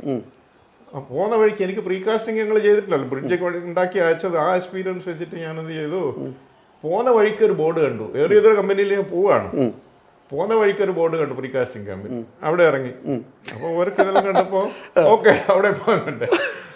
അതിന് അവിടെ എത്തിയപ്പോഴാണ് അതിൻ്റെ ജോലിക്ക് തുടങ്ങിയപ്പോഴാണ് എനിക്ക് അതിൻ്റെ ഇത് നമുക്ക് പറ്റിയതല്ല എന്ന് പറഞ്ഞു. ചെറിയൊരു കമ്പനി, എഞ്ചിനീയേഴ്സിന് ഒരു വാല്യൂ ഇല്ലാത്തൊരു കമ്പനി. ഞാൻ 2-3 ആഴ്ച കഴിഞ്ഞപ്പോൾ ഞാൻ പറഞ്ഞു, അപ്പോഴേക്കും എൻ്റെ വിസ കിട്ടിയില്ല. എൻ്റെ വിസ കിട്ടി, ഫ്രീ വിസ കിട്ടി. അവര് എനിക്ക് വേണ്ടിയിട്ട് വിസ എടുത്തവര്. വിസ എടുത്തിട്ട് എന്ത് ചെയ്തു, അപ്പൊ എനിക്ക് തോന്നി ഇതിൽ ഞാൻ ജോയിൻ ചെയ്ത് കഴിഞ്ഞാൽ പിന്നെ എൻ്റെ വിസ ആയി കഴിഞ്ഞാൽ പിന്നെ ഞാൻ ട്രാപ്പാ, പിന്നെ വിടാൻ വലിയ വിഷമമാണ്. അന്ന് പിന്നെ ഒരു കമ്പനി വിട്ട് 6 മാസം നോൺ എൻട്രി അടിച്ചിട്ട് നിങ്ങൾക്ക് അടുത്തേൽ ജോയിൻ ചെയ്തു. അങ്ങനെ ഞാൻ പറഞ്ഞു എനിക്ക് അപ്പോൾ പിറ്റേന്ന് മുതൽ ഈദ് ഹോളിഡേയ്സാണ്, ഒരാഴ്ച 10 ദിവസം മറ്റും. അതുകൊണ്ട് വിസ അടിച്ചിട്ടില്ല. വിസ വെയിറ്റിംഗിലാണ്. അപ്പൊ ഇയാളെ കയ്യിൽ നിന്ന് ഈ വിസ എവിടെയോ മിസ്സായി, അത് PROന്റെ കയ്യിൽ നിന്ന് വിസ എവിടെയോ. അതുകൊണ്ട് അപ്പം ഞാൻ പറഞ്ഞു എനിക്ക് നാട്ടിൽ പോകണം അത്യാവശ്യമായിട്ട്, എൻ്റെ അവിടെ ഓഫീസിൽ ചില പ്രശ്നങ്ങളെന്നും പറഞ്ഞിട്ട് ഞാൻ അവിടെ നിന്ന് ഒഴിവായി. അപ്പോൾ പിന്നെ ഞാൻ അവിടെ തന്നെ ഉണ്ട്. പിന്നെ എന്നെ ആരോ കണ്ടു, അവരെ സ്റ്റാഫ് എവിടെയോ കണ്ടിട്ട് അവിടുത്തെ റിപ്പോർട്ട് കൊടുത്തിരിക്കുന്നു. കുറേ കഴിഞ്ഞപ്പോൾ കാണാം ഞാൻ ജോയിൻ ചെയ്തു. വേറെ ഒരു കൺസൾട്ടിങ് കമ്പനി ഉണ്ട്, ബ്രിട്ടീഷ് കൺസൾട്ടിങ് കമ്പനി. അവിടുത്തെ വലിയൊരു പാർക്ക് നിർമ്മാണമാണ്, വലിയ 2.5 കിലോമീറ്റർ നീളമുള്ള വലിയ പാർക്ക്. ദുബായിൽ ക്രീക്ക് സൈഡ് പാർക്ക്. അപ്പോൾ അതിൽ 2 കൊല്ലം ഉണ്ടായിരുന്നു. അപ്പോൾ അതിൽ ജോയിൻ ചെയ്ത് കുറച്ച് കഴിഞ്ഞപ്പോൾ കാണാൻ ഇതിൻ്റെ മാനേജർ എന്നെ വിളിക്കുന്നു, വിസ റെഡി ആയിട്ടുണ്ട്, വന്ന് ജോയിൻ ചെയ്യണമെന്ന് പറഞ്ഞിട്ട്. ഞാൻ പറഞ്ഞു നോമോ, ഞാൻ വരുന്നില്ല, എൻ്റെ സാലറി അയച്ചു തരണം എന്ന് പറഞ്ഞു. സാലറി അയച്ചു തന്നില്ല. സാലറി അവിടെ വെച്ചിട്ടാണ് ഞാൻ വന്നിരിക്കുന്നത്. അത് വാങ്ങിയിട്ടില്ലേ, 3 ആഴ്ച എത്തതേ ഉള്ളൂ. അപ്പം എൻ്റെ മനസ്സിൽ ചിലപ്പോൾ ഉണ്ട് ഞാൻ വേറെ തന്നെ കൺസൾട്ടൻ്റ് ആയിട്ട് വരണം എന്നിങ്ങനെ മനസ്സുകൊണ്ട് വിചാരിക്കും. ഞാൻ ഭാഗ്യത്തിന് എൻ്റെ ഈ കമ്പനി ഉണ്ടല്ലോ, ഇതിൻ്റെ പ്രോജക്റ്റിൽ പ്രീകാസ്റ്റ് സപ്ലൈ ചെയ്യുന്ന ഈ കമ്പനി. ആ അപ്പോൾ എഞ്ചിനീയർ അടുത്ത് പറഞ്ഞയച്ചു, മാലിക് എന്ന് പറഞ്ഞ ഒരു Palestine engineer, Malik please tell him we are friends, we are not enemies, please tell him comment. കാരണം ഇവിടെ ഇൻസ്പെക്ട് ചെയ്യേണ്ട ഞങ്ങളാണ് ഇൻസ്പെക്ട് ചെയ്യേണ്ടത്. പോയി ക്ലാസ്സൊക്കെ തന്നു. അങ്ങനെ കൺസൾട്ടന്റിൽ വർക്ക് ചെയ്തുകൊണ്ടിരിക്കുമ്പോഴും എൻ്റെ കാണാൻ നിങ്ങൾക്ക് പിന്നെ എന്നെ വേണം എൻ്റെ അടുത്ത് വന്ന്. കാരണം ഈ സ്ട്രെസ്സിങ് ടെക്നോളജി ഉണ്ടല്ലോ, ഇത് പുള്ളി ചെയ്തിട്ട് ആ മെഷീനൊക്കെ വന്നിട്ടുണ്ട്, എനിക്കതിൽ എക്സ്പീരിയൻസ് ഉള്ളതുകൊണ്ട് എൻ്റെ can you please come and join. അങ്ങനെ ആ കൺസൾട്ടൻ്റ് ഇരിക്കുമ്പോഴാണ് പിന്നെ ദുബായ് മുനിസിപ്പാലിറ്റിക്കുള്ള ഒരു വേക്കൻസി, ഇൻസ്പെക്ടർ, സ്ട്രക്ചറൽ ഇൻസ്പെക്ടർ എന്നുള്ള വേക്കൻസിയാണ് വരുന്നത്. അതായത് ദുബായ് മുനിസിപ്പാലിറ്റി തന്നെയാണോ RTA വരുന്നത്? അന്ന് ദുബായ് മുനിസിപ്പാലിറ്റിയാണ് മൊത്തം എല്ലാ ഡിപ്പാർട്ട്മെന്റും കൈകാര്യം ചെയ്തിട്ട് RTA അന്നില്ല. റോഡ് ഡിപ്പാർട്ട്മെന്റ് പിന്നീട്. അപ്പോൾ ഒരു അവിടുത്തെ ഖലീജ് ടൈംസിൽ ക്വാർട്ടർ പേജിൽ അഡ്വർടൈസ്മെന്റാണ് ജസ്റ്റ് ഒരു പോസ്റ്റിന് വേണ്ടിയിട്ട്. അപ്പോൾ അതിന് ഒന്ന് വിളിച്ചു, റിട്ടേൺ ടെസ്റ്റ് എഴുതി, പിന്നെ കമ്മിറ്റി ഇൻ്റർവ്യൂ, അതിനുശേഷം ചെയർമാൻ തയ്യാറും പിന്നെ 2-3 ഡയറക്ടേഴ്സൊക്കെ ഉള്ള ഇൻ്റർവ്യൂ. അപ്പോൾ ഫൈനലി എന്നെ അപ്പോയിന്റ് ചെയ്തു. അപ്പോൾ ഞാൻ അന്ന് കാര്യം കഴിഞ്ഞ് ഞാൻ പറഞ്ഞു, ഞാൻ ആദ്യം ഒന്ന് മടിച്ചു. ഞാൻ പറഞ്ഞു, കാരണം കൺസൾട്ടന്റിന് സാലറി ഇല്ല, പക്ഷേ ജോബ് സെക്യൂരിറ്റിയും ടൈമിങ്ങും ഒക്കെയാണ് വലിയ അഡ്വാൻറ്റേജ്. അപ്പോൾ കൺസൾട്ടിങ് ഞാൻ ബ്രിട്ടീഷ് കൺസൾട്ടൻ്റായിരുന്നു. അപ്പോൾ ഞാൻ അന്ന് ടിക്കറ്റ് ഫാമിലിക്കില്ല, എനിക്ക് അന്ന് ഞാൻ ഒറ്റക്കല്ലേ. എൻ്റെ അടുത്ത് പറഞ്ഞു ഫാമിലിക്ക് ടിക്കറ്റില്ല. ഞാൻ പറഞ്ഞു, എൻ്റെ അടുത്ത് പറഞ്ഞു പുറത്തിരിക്കും. എല്ലാവരെയും കഴിഞ്ഞപ്പോൾ രണ്ടാമത് തന്നെ വിളിച്ചു. അപ്പോൾ okay will give you ticket for family ticket, വൈഫിനും 2 ചിൽഡ്രനും ടിക്കറ്റ് ചെയ്തിരുന്നത്. ഞാൻ പറഞ്ഞു എനിക്ക് ആലോചിക്കട്ടെ, ലെറ്റ് മീ തിങ്ക്. പിറ്റേന്ന് ഞാൻ പോയി. അങ്ങനെ ധൈര്യം ഉണ്ടല്ലോ പറയാ നമുക്ക്, കാരണം അത്രയും എക്സ്പീരിയൻസ് എത്രയോ ആയില്ലേ, എനിക്ക് എവിടെ പോയാലും ഇപ്പം ജോലി ചെയ്തു. ആദ്യമായി ദുബായ് മുനിസിപ്പാലിറ്റി ഏത് പോസ്റ്റിലാണ്? ഓവർസിയർ പോസ്റ്റിൽ അല്ല, ഇൻസ്പെക്ടർ. എന്നെ അപ്പോയിന്റ് ചെയ്ത് ഈ പണിക്കല്ല, അല്ല, അവിടെ ബ്രിഡ്ജ് മാനേജ്മെന്റ് സിസ്റ്റം എന്ന് പറഞ്ഞിട്ട് കമ്പ്യൂട്ടറൈസ്ഡ് സിസ്റ്റത്തിൽ പിന്നെ ബ്രിഡ്ജിനെ മോണിറ്റർ ചെയ്യുക. അതായത് ബ്രിഡ്ജിന്റെ കണ്ടീഷൻസ് ഒക്കെ മനസ്സിലാക്കാൻ വേണ്ടി ഒരു കമ്പ്യൂട്ടറൈസ്ഡ് സിസ്റ്റം ഇൻട്രൊഡ്യൂസ് ചെയ്യുക. നമ്മൾ കമ്പ്യൂട്ടറിൽ നോക്കിക്കഴിഞ്ഞാൽ ദുബായിന്റെ ഡിഫക്റ്റ്, എങ്ങനെയുള്ള ഡിഫക്റ്റ്, എത്ര സിവിയറിറ്റി, എത്ര പെർസെന്റേജ്, എത്ര കമ്പ്യൂട്ടറിൽ നോക്കിയാൽ മനസ്സിലാവും ആ കാലത്തുണ്ട്. അപ്പൊ അതിനെ തന്നെ അപ്പോയിന്റ് ചെയ്യുന്നത്. അപ്പോൾ നമ്മൾ ഓരോ ബ്രിഡ്ജിനും ഡിഫക്റ്റ് കമ്പ്യൂട്ടറിൽ ഫീഡ് ചെയ്യും. പിന്നെ നിങ്ങൾക്ക് ഓരോ ബ്രിഡ്ജിനെ പറ്റി നിങ്ങൾക്ക് നോക്കണം, ജസ്റ്റ് അവിടെ പോണ്ട, കമ്പ്യൂട്ടറിൽ പോയിട്ട് ഇന്നേ പറഞ്ഞാൽ ഇത്ര പെർസെന്റേജ്, ഇത്ര ലെങ്ത്, ഇത്ര. അതെങ്ങനെയാണ് മനസ്സിലാകുന്നത്? പ്രത്യേകിച്ച് ചിപ്പ് വല്ലതും വെച്ചിട്ടുണ്ട്? എന്തായാലും ഫോട്ടോ അല്ല, നമ്മൾ ആദ്യം പോയിട്ട് പരിശോധിച്ചിട്ട് ഇത് ഫീഡ് ചെയ്യണം, ഓരോന്നും ഇൻസ്പെക്ട് ചെയ്യണം, ഓരോന്ന് ഇൻസ്പെക്ട് ചെയ്തിട്ട് അത് റിപ്പോർട്ട് ചെയ്ത് കമ്പ്യൂട്ടറിൽ ഉണ്ടാവും. ഓരോ 6 മാസം കൂടുമ്പോൾ നമ്മൾ ഇൻസ്പെക്ട് ചെയ്തിട്ട് പിന്നെ ഇതില് ഈ പാലങ്ങൾ അന്നൊക്കെ ഒത്തിരി പാലങ്ങളും ഇല്ല. അന്ന് ചേരുമ്പോൾ 2 പാലം അത് പൊളിച്ചു, പിന്നെ 2 ഉണ്ടായിരുന്നുള്ളൂ, ഒരു ടണലും. താങ്കൾ 2 പാലം ഉള്ളപ്പോഴാണ് അവിടെ ജോയിൻ ചെയ്യുന്നത് ദുബായ് മുനിസിപ്പാലിറ്റിയിൽ. 4 അടിപ്പാത, 2 പാലങ്ങൾ. അത് ഏതൊക്കെയായിരുന്നു ആ പാലങ്ങൾ? ഓർമ്മയുണ്ടോ? ഏതൊക്കെയാണ്? പിന്നെ അൽമക്തം ബ്രിഡ്ജ്. അൽമക്തൂം ബ്രിഡ്ജ് ഇപ്പോഴും ഉണ്ട്, പുതിയ കോലത്തിൽ, പുതിയ ഭാവത്തിൽ. അത് പൊളിച്ചിട്ട് ആദ്യം ഉദ്ദേശിച്ചത് അൽമക്തൂം ബ്രിഡ്ജ്, പിന്നെ അൽഗറൂദ് ബ്രിഡ്ജ്. ഈ 2 ബ്രിഡ്ജ് അടിപ്പാതകൾ എത്ര എണ്ണം ഉണ്ടായിരുന്നത്? 4 അടിപ്പാത. ചെറിയൊരു ബ്രേക്ക് എടുക്കാം നമുക്ക്. ഈ ദുബായിൽ എത്തുന്നവർക്ക് ഈ പറയുന്ന അൽമക്തൂം ബ്രിഡ്ജൊക്കെ എല്ലാവർക്കും അറിയാം. എന്ന് പറഞ്ഞാൽ അതൊന്ന് ആലോചിക്കേണ്ടതാണ്. 2 പാലങ്ങളും 4 അടിപ്പാതകളുമുള്ള കാലത്ത് അതിൻ്റെ ചുമതലക്കാരനായി അവിടെ എത്തുക. ഇന്ന് ദുബായിൽ ചെന്നിറങ്ങിയാൽ പാലങ്ങളുടെ പ്രളയമാണ്, അടിപ്പാതകളുടെ പ്രളയമാണ്. അതിനകത്ത് 70-ലേറെ പാലങ്ങൾ നിർമ്മിക്കാൻ, അല്ലെ, 250 പാലങ്ങൾ, ഫ്ലൈ ഓവർ നിർമ്മിക്കാൻ നേതൃത്വം അതിനകത്ത് പങ്കെടുത്ത ഒരാളാണ്. അടിപ്പാതകൾ എത്രയാ? അടിപ്പാതകൾ 70 എണ്ണോ? നമുക്ക് ഈ 250 ഫ്ലൈ ഓവറുകൾ നിർമ്മിക്കുമ്പോൾ താങ്കൾ ഉണ്ടായിരുന്നു, അല്ലെ? അതിന്റെ എന്ത് ഡ്യൂട്ടി ആയിരുന്നു താങ്കൾക്ക് അന്ന് ഉണ്ടായിരുന്നത്? ദുബൈയിലെ സിസ്റ്റം എന്ന് പറഞ്ഞാൽ കൺസൾട്ടന്റിനെയാണ് എല്ലാം ഏൽപ്പിക്കുക. ഡിസൈനും സൂപ്പർവിഷനും കംപ്ലീറ്റ് ജോലി അവരതാണ്. താങ്കളുടെ ഡ്യൂട്ടി എന്തായിരുന്നു അന്ന് ഈ പാല നിർമ്മാണങ്ങളിൽ താങ്കൾ എടുത്തിരുന്നത്? അപ്പൊ അവര് ചെയ്തതിന് ശേഷം ഇപ്പൊ കോൺക്രീറ്റ്, ഞാൻ പ്രധാനമായിട്ട് എന്റെ കോൺക്രീറ്റിലാണ് എന്റെ സ്പെഷ്യലൈസേഷൻ. അപ്പൊ കോൺക്രീറ്റ് ചെയ്യണമെങ്കിൽ ഞാൻ പോയിട്ട് ഇവര് ചെയ്തതിന് ശേഷം ഞാൻ പോയിട്ട് ഇൻസ്പെക്ട് ചെയ്തിട്ട് അപ്രൂവ് ചെയ്യണം. അപ്പൊ അതാണ് ഒന്ന് മെയിൻ. കോൺക്രീറ്റ് ചെയ്തതിന് ശേഷമാണ് ചെയ്യുന്നതിന് മുമ്പേ കമ്പി എല്ലാം കെട്ടിയതിന് ശേഷം താങ്കൾ ചെല്ലും കംപ്ലീറ്റ്. അതിന്റെ ബെയറിംഗ് എല്ലാം പ്രോപ്പർ ആണോ എന്ന് അത് മസ്റ്റ്. എല്ലാത്തിനും എന്നെ രാവിലെ 9 മണിക്ക് മുമ്പേ എല്ലാ പ്രോജക്റ്റിനും എന്നെ ഇൻഫോം ചെയ്യണം. എന്നെ മാത്രം, വേറെ ആരും ഇല്ല ഇതിൽ ചെയ്യാൻ, ഞാൻ മാത്രമാണ് ചെയ്യുന്നത്. അപ്പോഴത്തേക്ക് താങ്കളുടെ പോസ്റ്റ് എന്തായി? അന്ന് ഇൻസ്പെക്ടർ. ഓക്കെ. അപ്പൊ ഈ 250 പാലങ്ങളും താങ്കൾ ഇൻസ്പെക്ട് ചെയ്ത് സർട്ടിഫൈ ചെയ്തതിന് ശേഷമാണ് നിർമ്മിക്കപ്പെട്ടത്. അതെ. ആ നിർമ്മാണത്തിൽ അപാകത കണ്ടെത്തിയിട്ട് പൊളിക്കേണ്ടി വന്നിട്ടുണ്ടോ പാലങ്ങൾ? എത്രയോ എണ്ണം പൊളിച്ചിട്ടുണ്ട്. എണ്ണം ഉണ്ടോ, ഓർമ്മയുണ്ടോ? എണ്ണം എന്ന് പറഞ്ഞാൽ ഒരു 8-10 എണ്ണം പൊളിച്ചിട്ടുണ്ട്.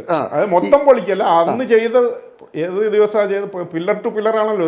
അതെ അതെ, ചെയ്ത വർക്കിന്റെ അന്നേരം പൊളിപ്പിക്കും. ഈ വെള്ളം, അരുവികൾ, കടലും കായലും എല്ലാം അങ്ങനെയുള്ള സംഭവങ്ങൾ മുറിച്ചിട്ടുള്ള പാലങ്ങളില്ലേ, അത് എങ്ങനെയാണ് അതിന്റെ ഒരു എക്സ്പീരിയൻസ്? കടലും മുറിച്ചിട്ടുള്ളതെന്ന് പറഞ്ഞാൽ വെള്ളം ടണല്. അത് ആ ടണൽ എങ്ങനെയാ? കടലിന്റെ അടിയിലൂടെയാണ്? അത് ക്രീക്ക് ഉണ്ട്, പുഴ പോലത്തെ ക്രീക്കിന്റെ അടിയിൽ, അതിന്റെ അടിയിലെ മണ്ണിന്റെ അടിയിലേക്ക് കൂടിയാണ്. അതിലാണ് പാലം കടന്നു മീറ്റർ. അങ്ങനെ 8 എണ്ണം നിർമ്മിച്ചിട്ടുണ്ട്. ഇല്ല, ഒന്നേ നിർമ്മിച്ചിട്ടുള്ളൂ. ബാക്കി കടലിനെ സാധാരണ പാലം ചെയ്യുന്ന പോലെ മണ്ണിട്ട് നികത്തിയിട്ടും അങ്ങനെയാണ് നികത്താത്തയും നികത്തിയിട്ടും പല വിധത്തിൽ നിർമ്മിച്ചിട്ടുണ്ട്. ഈ അടിയിലൂടെ നിർമ്മിച്ച ഏത് പാലാണ് താങ്കളുടെ? അത് പാലല്ല, അത് ടണലാണ്. ഷിൻഡാഗ ടണൽ. അത് താങ്കളുടെ കാലത്താണ്? അത് ഞാൻ വരുന്നതിന് തൊട്ട് ആ കൊല്ലാണ്. അതിന്റെ മെയിൻ്റെനൻസ് പിന്നെ എന്റെ കയ്യിലാണ് വന്നത്. ഈ അണ്ടർപാസുകൾ 10-70 എണ്ണം, 77 അണ്ടർപാസുകൾ നിർമ്മിച്ചത്. അതിൽ 70 എണ്ണത്തിലും താങ്കളുടെ കൈ കൊണ്ടുവന്നിട്ടുണ്ട്. എങ്ങനെയാണ് അവസാന ഒപ്പ് താങ്കളാണ് ഇടുക? അതെ, ഒപ്പൊന്നുമില്ല. എനിക്ക് അഡ്മിനിസ്ട്രേഷൻ ഇതിൽ എന്റെ കോൺട്രാക്റ്റിൽ എന്റെ പൊസിഷൻ എവിടെയില്ല. ഇത് ചെയർമാൻ എന്നെ വെർബലി അപ്പോയിന്റ്മെന്റ് ആണ്. അതുകൊണ്ട് ഞാൻ എല്ലാ ചെയർമാൻ ആരായിരുന്നു? മത്താർ അൽ താർ. അന്ന് ഡയറക്ടറാണ്, ഇന്ന് ചെയർമാൻ മത്താർ അൽ താർ. ഇന്നും അയാളാണ്. അദ്ദേഹമാണ് താങ്കൾ ചുമതലയാണ്. അതായത് ഞാൻ ജോയിൻ ചെയ്ത ആ സമയത്ത് ഒരു വലിയൊരു പ്രോബ്ലം വന്നപ്പോൾ തിരിച്ചു വന്നിട്ട് അയാൾ ഓർഡർ ആക്കിയാണ്. ഞാൻ ചെന്നിട്ട് ഒരാഴ്ചയായിട്ടുള്ളപ്പോൾ ഇനിയുള്ള എല്ലാ പ്രോജക്റ്റുകളും Maroli has to inspect and approve before cast. അങ്ങനെ ഓർഡർ ആക്കി റൈറ്റിംഗ് സർക്കുലേറ്റ് ചെയ്തു. അങ്ങനെയാണ് എന്റെ ജോലി തുടങ്ങുന്നത്. അങ്ങനെ ആ 77 അണ്ടർപാസുകളുടെ 70 എണ്ണവും താങ്കളാണ്. ഈ അടിപ്പാലങ്ങളോ 74 എണ്ണം? അതുമല്ല, ഇതിന്റെ കൂടെ തന്നെ വരുന്നത് 74 അടിപ്പാതകളും ഇതൊക്കെ ആ സമയത്ത് തന്നെ വരികയാണല്ലോ. ഈ ഒട്ടകങ്ങളുടെ അണ്ടർപാസുകൾ എന്ന് പറയുന്നത് അത് എന്താ സംഭവം? അത് മൃഗങ്ങൾ ഡെസേർട്ട് ഏരിയയിൽ അപ്പുറത്തും ഇപ്പുറത്തും അങ്ങോട്ടും ഇങ്ങോട്ടും മൃഗങ്ങൾക്ക് പാസ് ചെയ്യണല്ലോ. അപ്പം ആദ്യം ഒരു ചെറിയ വീതിയിൽ എടുത്തു. അപ്പൊ ഒട്ടകങ്ങൾ അതിലേക്ക് പോവില്ല, അവന് പേടിയാ. അതിനുശേഷം കുറച്ച് വിശാലമായിട്ടുള്ള തന്നെ എടുത്തു. ഒരു 10-20 മീറ്റർ വീതിയിൽ തന്നെ ദുബായ് അലൈൻ റോഡിൽ, അവിടെയാണ് മെയിനായിട്ട്, അവിടെയാണ് ഒട്ടകങ്ങൾ. അപ്പൊ അതിനു വേണ്ടി ഉണ്ടാക്കിയത്. അങ്ങനെ ഈ പാതകൾ ആ സമയത്തൊക്കെ എങ്ങനെയായിരുന്നു? ഒരു ജീവിത ജോലി പ്രവർത്തനങ്ങളൊക്കെ എങ്ങനെയായിരുന്നു ആ കാലഘട്ടത്തിൽ? ആ സമയത്തൊക്കെ വളരെ നല്ല എല്ലാവിധ ആനുകൂല്യങ്ങളും വളരെ ബഹുമാനത്തോടെയും എന്താ പറയാ, അറബികളും മലയാളികളും ഒന്നും അന്ന് അത്ര ബഹുമാനിച്ചിരുന്നില്ല. വളരെ ബഹുമാനാണ്, എന്നെ വളരെ സ്നേഹമാണ്. എന്നെ വിടില്ലല്ലോ. അതുകൊണ്ടല്ലേ എന്നെ പിടിച്ചു വെച്ചത്. ദുബായി തന്നെ 30 വർഷവും എത്ര വർഷമാണ് ദുബായ് RTL വർക്ക് ചെയ്തത്? RTL ഞാൻ പറഞ്ഞില്ല, 27 വർഷത്തോളം RTL തന്നെ. ആ കാലഘട്ടത്തിൽ ഈ പറഞ്ഞ ബ്രിഡ്ജുകളല്ലാതെ ഓർമ്മയിൽ വേറെ എന്തൊക്കെയാണ് പ്രധാനപ്പെട്ട കാര്യങ്ങൾ ചെയ്തിട്ടുള്ളത് ഇതിന് പുറമെ? അതിന്റെ പുറമെ പിന്നെ സ്റ്റാഫ് ഇന്റർവ്യൂ ഉണ്ട്. കോൺട്രാക്ടറെ, സ്റ്റാഫ്, കൺസൾട്ടന്റിന്റെ സ്റ്റാഫ്, ജൂനിയർ സ്റ്റാഫിനെ, ഇൻസ്പെക്ടേഴ്സിനെ ഇന്റർവ്യൂ ചെയ്യുന്ന ഞാനും എന്റെ ഒരു ഫ്രണ്ടുമാണ്. അത് അപ്രൂവ് ചെയ്തിട്ട് മാത്രമേ ഒരു പ്രോജക്റ്റിൽ. എത്ര പേർക്ക് ജോലി കൊടുത്തിട്ടുണ്ട് താങ്കളുടെ കാലഘട്ടത്തിൽ? ഞാൻ ജോലി കൊടുത്തതല്ല, ഇന്റർവ്യൂ നടത്തിയിട്ട് താങ്കൾ അത് ഒരുവിധം അങ്ങനെയുള്ളവരെ അയക്കുക. പക്ഷെ ഇന്ത്യയിൽ നിന്ന് വരുന്നവരെ ഞാൻ പറയും, ഇന്ത്യയിൽ നിന്ന് വരുന്ന എല്ലാം നിങ്ങള് മായ്ച്ചേക്കണെങ്കിൽ ഇതുവരെ പഠിച്ചത് ഇവിടെ നിങ്ങൾ പഠിച്ചിട്ട് അതെന്താ അങ്ങനെ? ഇവിടുത്തെ എക്സ്പീരിയൻസ് അല്ലേ അവിടെ കൊണ്ടുവരാൻ പറ്റുമോ? അതുകൊണ്ട് നടക്കൂല, അവിടെ സെപ്പറേറ്റ് വേണം. അവിടുത്തെ എക്സ്പീരിയൻസ് വെച്ചിട്ട് 6 മാസം പ്രൊഫഷണൽ ഇത് കൊടുക്കും. ഇപ്പൊ നമ്മളെ ഈ താങ്കൾ കേൾക്കുന്നുള്ളൂ, ഇപ്പൊ നമ്മുടെ ദേശീയപാത, 6 വരിപ്പാത എല്ലായിടത്തും ഇടിഞ്ഞു വീണുകൊണ്ടിരിക്കുക. അപ്പൊ താങ്കളുടെ ഒരു UAE എക്സ്പീരിയൻസ് വെച്ചിട്ട് ഇതൊക്കെ ഇങ്ങനെ ഇടിഞ്ഞു പൊളിഞ്ഞു വീഴുന്നതിന്റെ കാരണം എന്താ? അപ്പൊ താങ്കൾ കുറെ പൊളിക്കാനൊക്കെ നിർദ്ദേശം കൊടുത്തു, 6 മാസം കൂടുമ്പോൾ പാലങ്ങൾ പരിശോധിക്കുന്നു, അങ്ങനെയൊക്കെയുള്ള കുറെ അനുഭവങ്ങളുണ്ട്. എന്തുകൊണ്ട് കേരളത്തിൽ ഇങ്ങനെ സംഭവിക്കുന്നു? എന്താണ് താങ്കളുടെ ഒരു നിരീക്ഷണം? ഒന്ന് നമ്മളൊരു കോൺട്രാക്ട് കൊടുക്കുമ്പോൾ പല കണ്ടീഷൻസും, ടേംസ് ആൻഡ് കണ്ടീഷൻ ബേസ് ചെയ്തിട്ടാണ് പൊതുവെ ഇതിനൊക്കെ CPWD സ്പെസിഫിക്കേഷൻ ആയിരിക്കും ഇങ്ങനെയുള്ള പ്രോജക്റ്റ് ഉണ്ടാവുക. അപ്പൊ അത് ബേസ്, അതൊക്കെ കോൺട്രാക്ട് കണ്ടീഷൻ ഉണ്ടാവും. ഇന്ന ബേസ് ചെയ്തിട്ട് ആസ് പെർ ദ സ്പെസിഫിക്കേഷൻ. അപ്പൊ ഫസ്റ്റ് കോൺട്രാക്ട് കണ്ടീഷൻ അതിൽ മെൻഷൻ ചെയ്തിട്ടുണ്ടാവും നിങ്ങൾ എങ്ങനെയുള്ള സോയിൽ ഉപയോഗിക്കണം, എങ്ങനെയുള്ള കണ്ടീഷൻ എല്ലാം അതിൽ മെൻഷൻ ചെയ്തിട്ടുണ്ടാവും. അത് മീറ്റ് ചെയ്യാൻ വേണം. അതിപ്പോ ഫില്ലിംഗ് എന്ന് വെച്ച് കഴിഞ്ഞാൽ നിങ്ങൾ ഓരോ 20 സെന്റി, അതായത് 8 ഇഞ്ച് കനത്തിൽ മാത്രമേ ഫില്ല് ചെയ്യാൻ പാടുള്ളൂ. എന്നിട്ട് കോമ്പാക്ട് ചെയ്തിട്ട് ഡെൻസിറ്റി ടെസ്റ്റ് എടുക്കണം. 98% ഡെൻസിറ്റി ടെസ്റ്റ്, 95% സംതിങ്. ആ പെർഫെക്റ്റ് ആയി കഴിഞ്ഞിട്ട് മാത്രമേ രണ്ടാമത്തെ 8 ഇഞ്ച് ഇടാൻ പാടുള്ളൂ. അത് അപ്പോൾ ഇത് ഇല്ലെങ്കിലാണ് ഈ പ്രശ്നങ്ങൾ വരുന്നത്. അത് ഇതൊന്നും കൃത്യമായിട്ട് ചെയ്യാൻ നമുക്ക് സംവിധാനം ഇല്ലേ? എന്താണ് അതെ, എനിക്ക് തോന്നുന്നുണ്ടാവില്ല. അത് ഇത്ര മീറ്ററിന് ഇത്ര ചെയ്യണം, ഇത്ര സ്ക്വയർ മീറ്ററിന് ഇത്ര ടെസ്റ്റ് വേണമെന്നുണ്ട്. അതിൽ ലോഗ് മെയിൻറ്റെയിൻ ചെയ്യണം, ബുക്ക് മെയിൻറ്റെയിൻ ചെയ്യണം, നിങ്ങൾ അക്കൗണ്ട് വെയിറ്റ് ചെയ്യുന്ന പോലെ. അത് കംപ്ലീറ്റ് പ്രൊജക്റ്റ് കഴിയുന്നവരെയും വേണം, കഴിഞ്ഞാലും വേണം. അപ്പൊ അത് ഇല്ലെങ്കിൽ ഇങ്ങനെ ഒരു പ്രശ്നം വരും. അപ്പൊ എന്താ സംഭവിക്കുക, ഒരുമിച്ച് ഫില്ല് ചെയ്ത് കഴിഞ്ഞാൽ ഒന്ന് സെറ്റിൽ ചെയ്യും, അടിയിലേക്ക് മാത്രമല്ല സൈഡിലേക്ക് വരും, സൈഡിൽ തള്ളും. അപ്പൊ ഇത് ആസ്ഫാൾട്ട് ഇട്ട് കഴിഞ്ഞാൽ ആസ്ഫാൾട്ട് പെട്ടെന്ന് കാണിക്കില്ല. ആസ്ഫാൾട്ടിന്റെ സ്വഭാവം എന്താന്ന് പറഞ്ഞാൽ കുറച്ച് ഫ്ലെക്സിബിലിറ്റി ഉണ്ടായിരുന്നു. അപ്പം അടിയിൽ പൊട്ടിയാലും ചിലപ്പോൾ ഇത് മേലെ ഇങ്ങനെ കുറച്ച് എലാസ്റ്റിസിറ്റി ഉള്ളതുകൊണ്ട്, ആ റബ്ബറിന്റെ ക്യാരക്ടർ ഉള്ളതുകൊണ്ട് കുറെ കഴിഞ്ഞാലായിരിക്കും ഇതിൽ ക്രാക്ക് വരിക.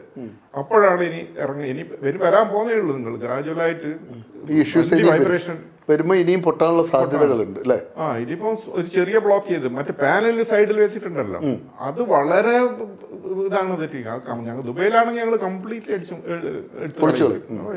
കാരണം ഒരു പാനലിൽ വെക്കുമ്പോൾ തന്നെ റബ്ബർ പാഡ് വെക്കാനുണ്ട്.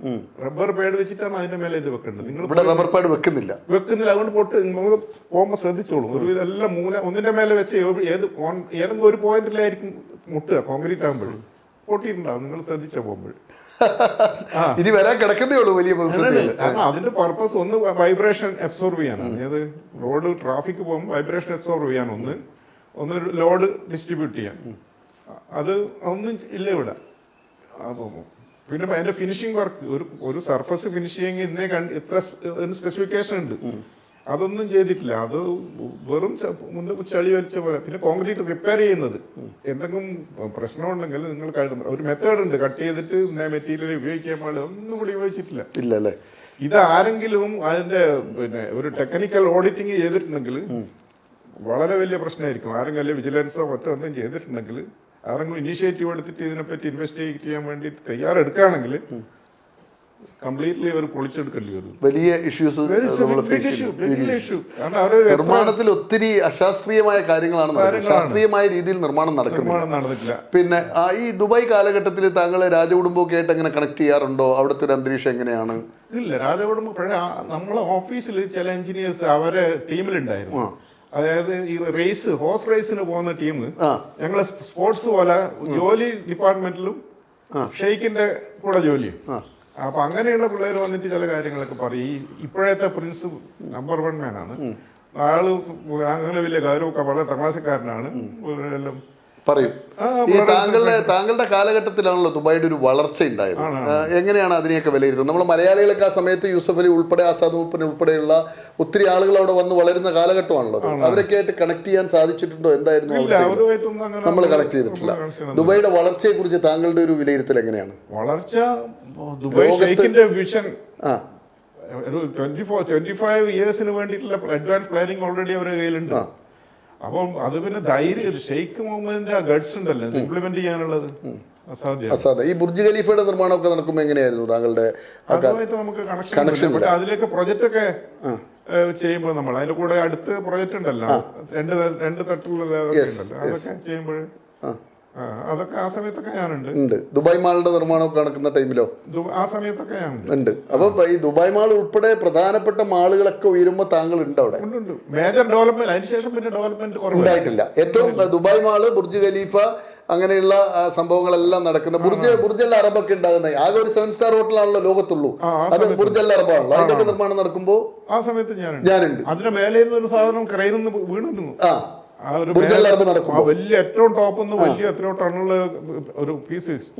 അതിന്റെ മേലെ ഇങ്ങനെ ഒരു കോൺക്രീറ്റ് അല്ല, ഇത് സ്റ്റീലിന്റെ ഒരു വലിയ ഫ്രെയിം ഉണ്ട്. ക്രെയിനിന്ന് ഭാഗ്യത്തിന് വർക്കേഴ്സ് ഉച്ചക്ക് ലഞ്ചിന് പോയതുകൊണ്ട് നടക്കുമ്പോൾ താങ്കൾ അവിടെ ഉണ്ട്. ഞാനുണ്ട്. അപ്പൊ പ്രധാന പ്രൊജക്ടുകളെല്ലാം ചെയ്യാൻ ദുബായിൽ ഞാൻ ചിലപ്പോൾ ആലോചിക്കാം, ഞാൻ ഭയങ്കര ഭാഗ്യമാണ്. രാജ്യത്തിന്റെ ഒരു സ്റ്റേറ്റിന്റെ തുടക്കം മുതൽ അതിന്റെ വളർച്ചയുടെ അവസാനം വളരെ അപൂർവമാണ് ഇത്. കാരണം ഇത്രയും പീരീഡിൽ ഇത്രയും വളർച്ച ഡെവലപ്മെന്റ് വേറെ ദുബായിയുടെ വളർച്ച അടുത്തറിഞ്ഞ് അതിനോടൊപ്പം സഞ്ചരിച്ച ഒരാള്. ഈ ബുർജ് അൽ അറബൊക്കെ വർക്ക് നടക്കുന്ന സമയത്ത് താങ്കൾക്ക് റോൾ ഉണ്ടായിരുന്നു അതിനകത്ത്? ഇല്ല. മെട്രോയിൽ എന്തായിരുന്നു? മെട്രോ അത് കംപ്ലീറ്റ് ചെയ്തപ്പോൾ ഞങ്ങളെ ഡിപ്പാർട്ട്മെന്റിന്റെ പ്രോജക്റ്റിൽ എന്തൊക്കെയാ അവർ ഡിഫക്ട് ചെയ്ത് അത് നോട്ടിഫൈ ചെയ്തിട്ട് അവരുടെ ഏറ്റവും നല്ല മെട്രോ ദുബായിലെ മെട്രോ ആണല്ലോ. ആണ് അതിന്റെ കോമ്പൻസേഷൻ. എയർപോർട്ടിന്റെ നിർമ്മാണത്തിലോ പുതിയ എയർപോർട്ടുകളുടെ നിർമ്മാണത്തിലോ? എയർപോർട്ടിന്റെ നിർമ്മാണത്തിലില്ല, പക്ഷെ എയർപോർട്ടിന്റെ അടിയിലേക്ക് കൂടി നമ്മളൊരു ടണൽ ചെയ്തിട്ടുണ്ട്. അപ്പൊ അടിയിലൂടെ ടണലുണ്ട്. എയർപോർട്ട് ക്രോസ് ചെയ്തിട്ട് അതിന്റെ മേലെ കൂടി പ്ലെയിൻ വരും. അപ്പൊ അതിന്റെ മേലെ സ്ലാബ് ഇടാൻ വേണ്ടിട്ട് എയർപോർട്ടിന്റെ അകത്ത് പോയിട്ട് ആ വർക്കെല്ലാം ചെയ്തിട്ടുണ്ട്. അപ്പൊ എല്ലാ മേഖലയിലും ദുബായിയുടെ വളർച്ചക്കൊപ്പം സഞ്ചരിച്ച ഒരാളാണ് താങ്കൾ. നോക്കിക്കണ്ടു എല്ലാം ഒരു സ്വപ്നം പോലെ വളർന്ന നഗരമല്ലേ അത്? അങ്ങനെ വളർന്ന ഏതെങ്കിലും നഗരം കണ്ടിട്ടുണ്ടോ താങ്കൾ? ഒന്നും കണ്ടില്ല. ഞാൻ വിദേശത്ത് ഒരു 35 രാജ്യങ്ങളിൽ ഞാൻ യാത്ര ചെയ്തിട്ടുണ്ട്. അപ്പൊ ഞാൻ എല്ലാവരുടെയും പോയി കഴിഞ്ഞാൽ നമ്മള് ശ്രദ്ധ ഈ ഇതിലായിരിക്കും, പാലങ്ങളിലോ സ്ട്രക്ചറും. ദുബായ് പോലെ അത്രയും വൃത്തിയിലും ചെയ്യുന്ന പാലങ്ങൾ എവിടെയും കണ്ടിട്ടില്ല. പിന്നെ ഇനി കുടുംബജീവിതത്തിലേക്ക് വരാം. സഹോദരങ്ങളൊക്കെ പറഞ്ഞല്ലോ, എവിടുന്നാണ് ജീവിത പങ്കാളിയെ കണ്ടെത്തിയത്? അത് തലശ്ശേരിയാണ്. തുണി കച്ചവടമായിരുന്നു. P V Kumaran sons. P V Kumaran sons ശങ്കുണ്ണിയൊക്കെ ആയിട്ടുള്ള ബന്ധമുള്ള ഫാമിലിയാണ് അത്? അല്ല, പി വി കുമാരൻ സൺസ്. അത് അവിടെയൊക്കെ പോയി ഇത്രയും വർഷം കിടന്നിട്ട് അവിടെ നിന്നൊന്നും ഒരു ജീവിത പങ്കാളിയെ കണ്ടെത്തുവോ? പ്രണയമൊന്നും വന്നു പെട്ടില്ല? ഒന്നുമില്ല. ഫാമിലി ഇല്ല. അപ്പൊ അങ്ങനെ ഇവിടെ എത്ര? ഭാര്യയുടെ പേരെന്താണ്? ജീവിത പങ്കാളിയുടെ പേര് സുഷമ. എത്ര മക്കളാണ്? മക്കള് 2 മക്കൾ. എന്ത് ചെയ്യുന്നു? എന്താണ് അവരുടെ പേര്? മകള് റോഷിന ബാംഗ്ലൂരിലാണ്. മകൾ അവിടെ പഠിക്കുക, അതുകൊണ്ട് ഹൗസ് വൈഫാണ്. മകൾക്ക് സപ്പോർട്ടിന്. രണ്ടാമത്തെ മകനാണ്. പേരെന്താണ്? നിഖിൽ. ഹോസ്പിറ്റാലിറ്റി ഹോട്ടൽ മാനേജ്മെന്റ് സ്വിറ്റ്സർലാൻഡിൽ പഠിച്ചിട്ട് വന്നതാണ്. ഇപ്പൊ അവിടുത്തെ ഒരു ടോപ്പ് ഹോട്ടൽ. സ്വിറ്റ്സർലൻഡിൽ തന്നെ അല്ല, ഇവിടെ അബുദാബിയില്. ഏതാ ഹോട്ടൽ? അബുദാബിയില് എന്താണ് ഹിൽട്ടന്റെ ഇതുണ്ട്, സൂപ്പർ എന്താണ് അതിന്റെ പേര്? ഹിൽട്ടന്റെ അവരെ ഹോട്ടൽ ഗ്രൂപ്പിലുണ്ട് രണ്ടുപേരും മാരീഡ് ആണോ? അവനൊരു ഫിലിപ്പീനി, അവന്റെ കൊളീഗിനെ തന്നെ കല്യാണം. മകൻ അവിടെ പോയി ഫിലിപ്പീനെ കണ്ടെത്തി, നിങ്ങൾ ഇവിടെ വന്ന് നാട്ടിൽ നേരെ കല്യാണം. എങ്ങനെയുണ്ട് ജീവിതത്തിൽ തിരിഞ്ഞു നോക്കുമ്പോ? കുഴപ്പമൊന്നുമില്ല, നല്ല ഹാപ്പിയാണ്. ലോകം കണ്ടു, ജനങ്ങളെ കണ്ടു, ജോലിയിൽ വളരെ തൃപ്തിയായി.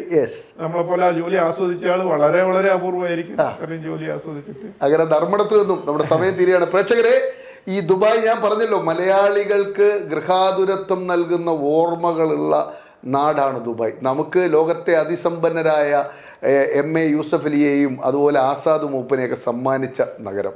ആ നഗരത്തിൻ്റെ വളർച്ചയിൽ, ദുബായ് എന്ന നഗരത്തിൻ്റെ വളർച്ചയിൽ, അതിൻ്റെ പശ്ചാത്തല സംവിധാനങ്ങൾ ഒരുക്കുന്നതിൽ നിർണായകമായ റോള് വഹിച്ച ഒരാളോടൊപ്പമാണ് നമ്മുടെ സഞ്ചാരം. മനസ്സിലാക്കണം, ദുബായ് ചെന്നിറങ്ങുമ്പോൾ അത്ഭുതത്തോടെ നോക്കി നിൽക്കുന്ന പല പാലങ്ങളും ടണലുകളും അണ്ടർപാത്തുകളും ഒക്കെ നിർമ്മിക്കുമ്പോൾ അതിൽ ഒരു ഒപ്പ് വീണ അവസാന ഒപ്പ് നമ്മുടെ ഈ ഒരു തലശ്ശേരിക്കാരൻ്റെ ധർമ്മടംകാരൻ്റേതായിരുന്നു.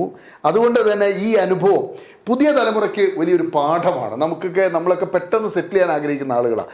അദ്ദേഹം കേന്ദ്ര സർക്കാരിൽ കിട്ടിയ ജോലി ഏതാണ്ട് 1/2 നൂറ്റാണ്ട് മുമ്പ് വലിച്ചെറിഞ്ഞിട്ട് സ്വപ്നങ്ങളുടെ പിന്നാലെ പോയി. അങ്ങനെ അദ്ദേഹം ദുബായ് എന്ന സ്വപ്ന നഗരിയിൽ, ഞാൻ പറഞ്ഞല്ലോ, ലോകത്തൊറ്റ 7 സ്റ്റാർ ഹോട്ടൽ ചെയ്തു. അത് ബുർജ് അൽ അറബാണ്. അതിൻ്റെ നിർമ്മാണം അദ്ദേഹം കണ്ടു. ബുർജ് ഖലീഫയുടെ നിർമ്മാണം കണ്ടു. പിന്നെ എയർപോർട്ടിൻ്റെ നിർമ്മാണം, അതിൻ്റെ അണ്ടർ ടണലുകളെക്കുറിച്ച് അദ്ദേഹം പറഞ്ഞു. ദുബായ് എന്ന സ്വപ്ന നഗരി പടുത്തുയർത്തുമ്പോൾ അതിനോടൊപ്പം സഞ്ചരിച്ച ഇദ്ദേഹത്തോടൊപ്പമുള്ള നമ്മുടെ യാത്ര നമ്മുടെ തലമുറയ്ക്ക് വലിയ അനുഭവമാണ്, പാഠമാണ്, പാഠപുസ്തകമാണ്. പ്രേക്ഷകരെ, നിങ്ങൾക്ക് ഇത് സമർപ്പിക്കുന്നു. ഇത്ര വിലപ്പെട്ട സമയം ഞങ്ങൾക്ക് വേണ്ടി ശിവന, നന്ദി, നമസ്കാരം. പ്രേക്ഷകർക്കും നന്ദി, നമസ്കാരം.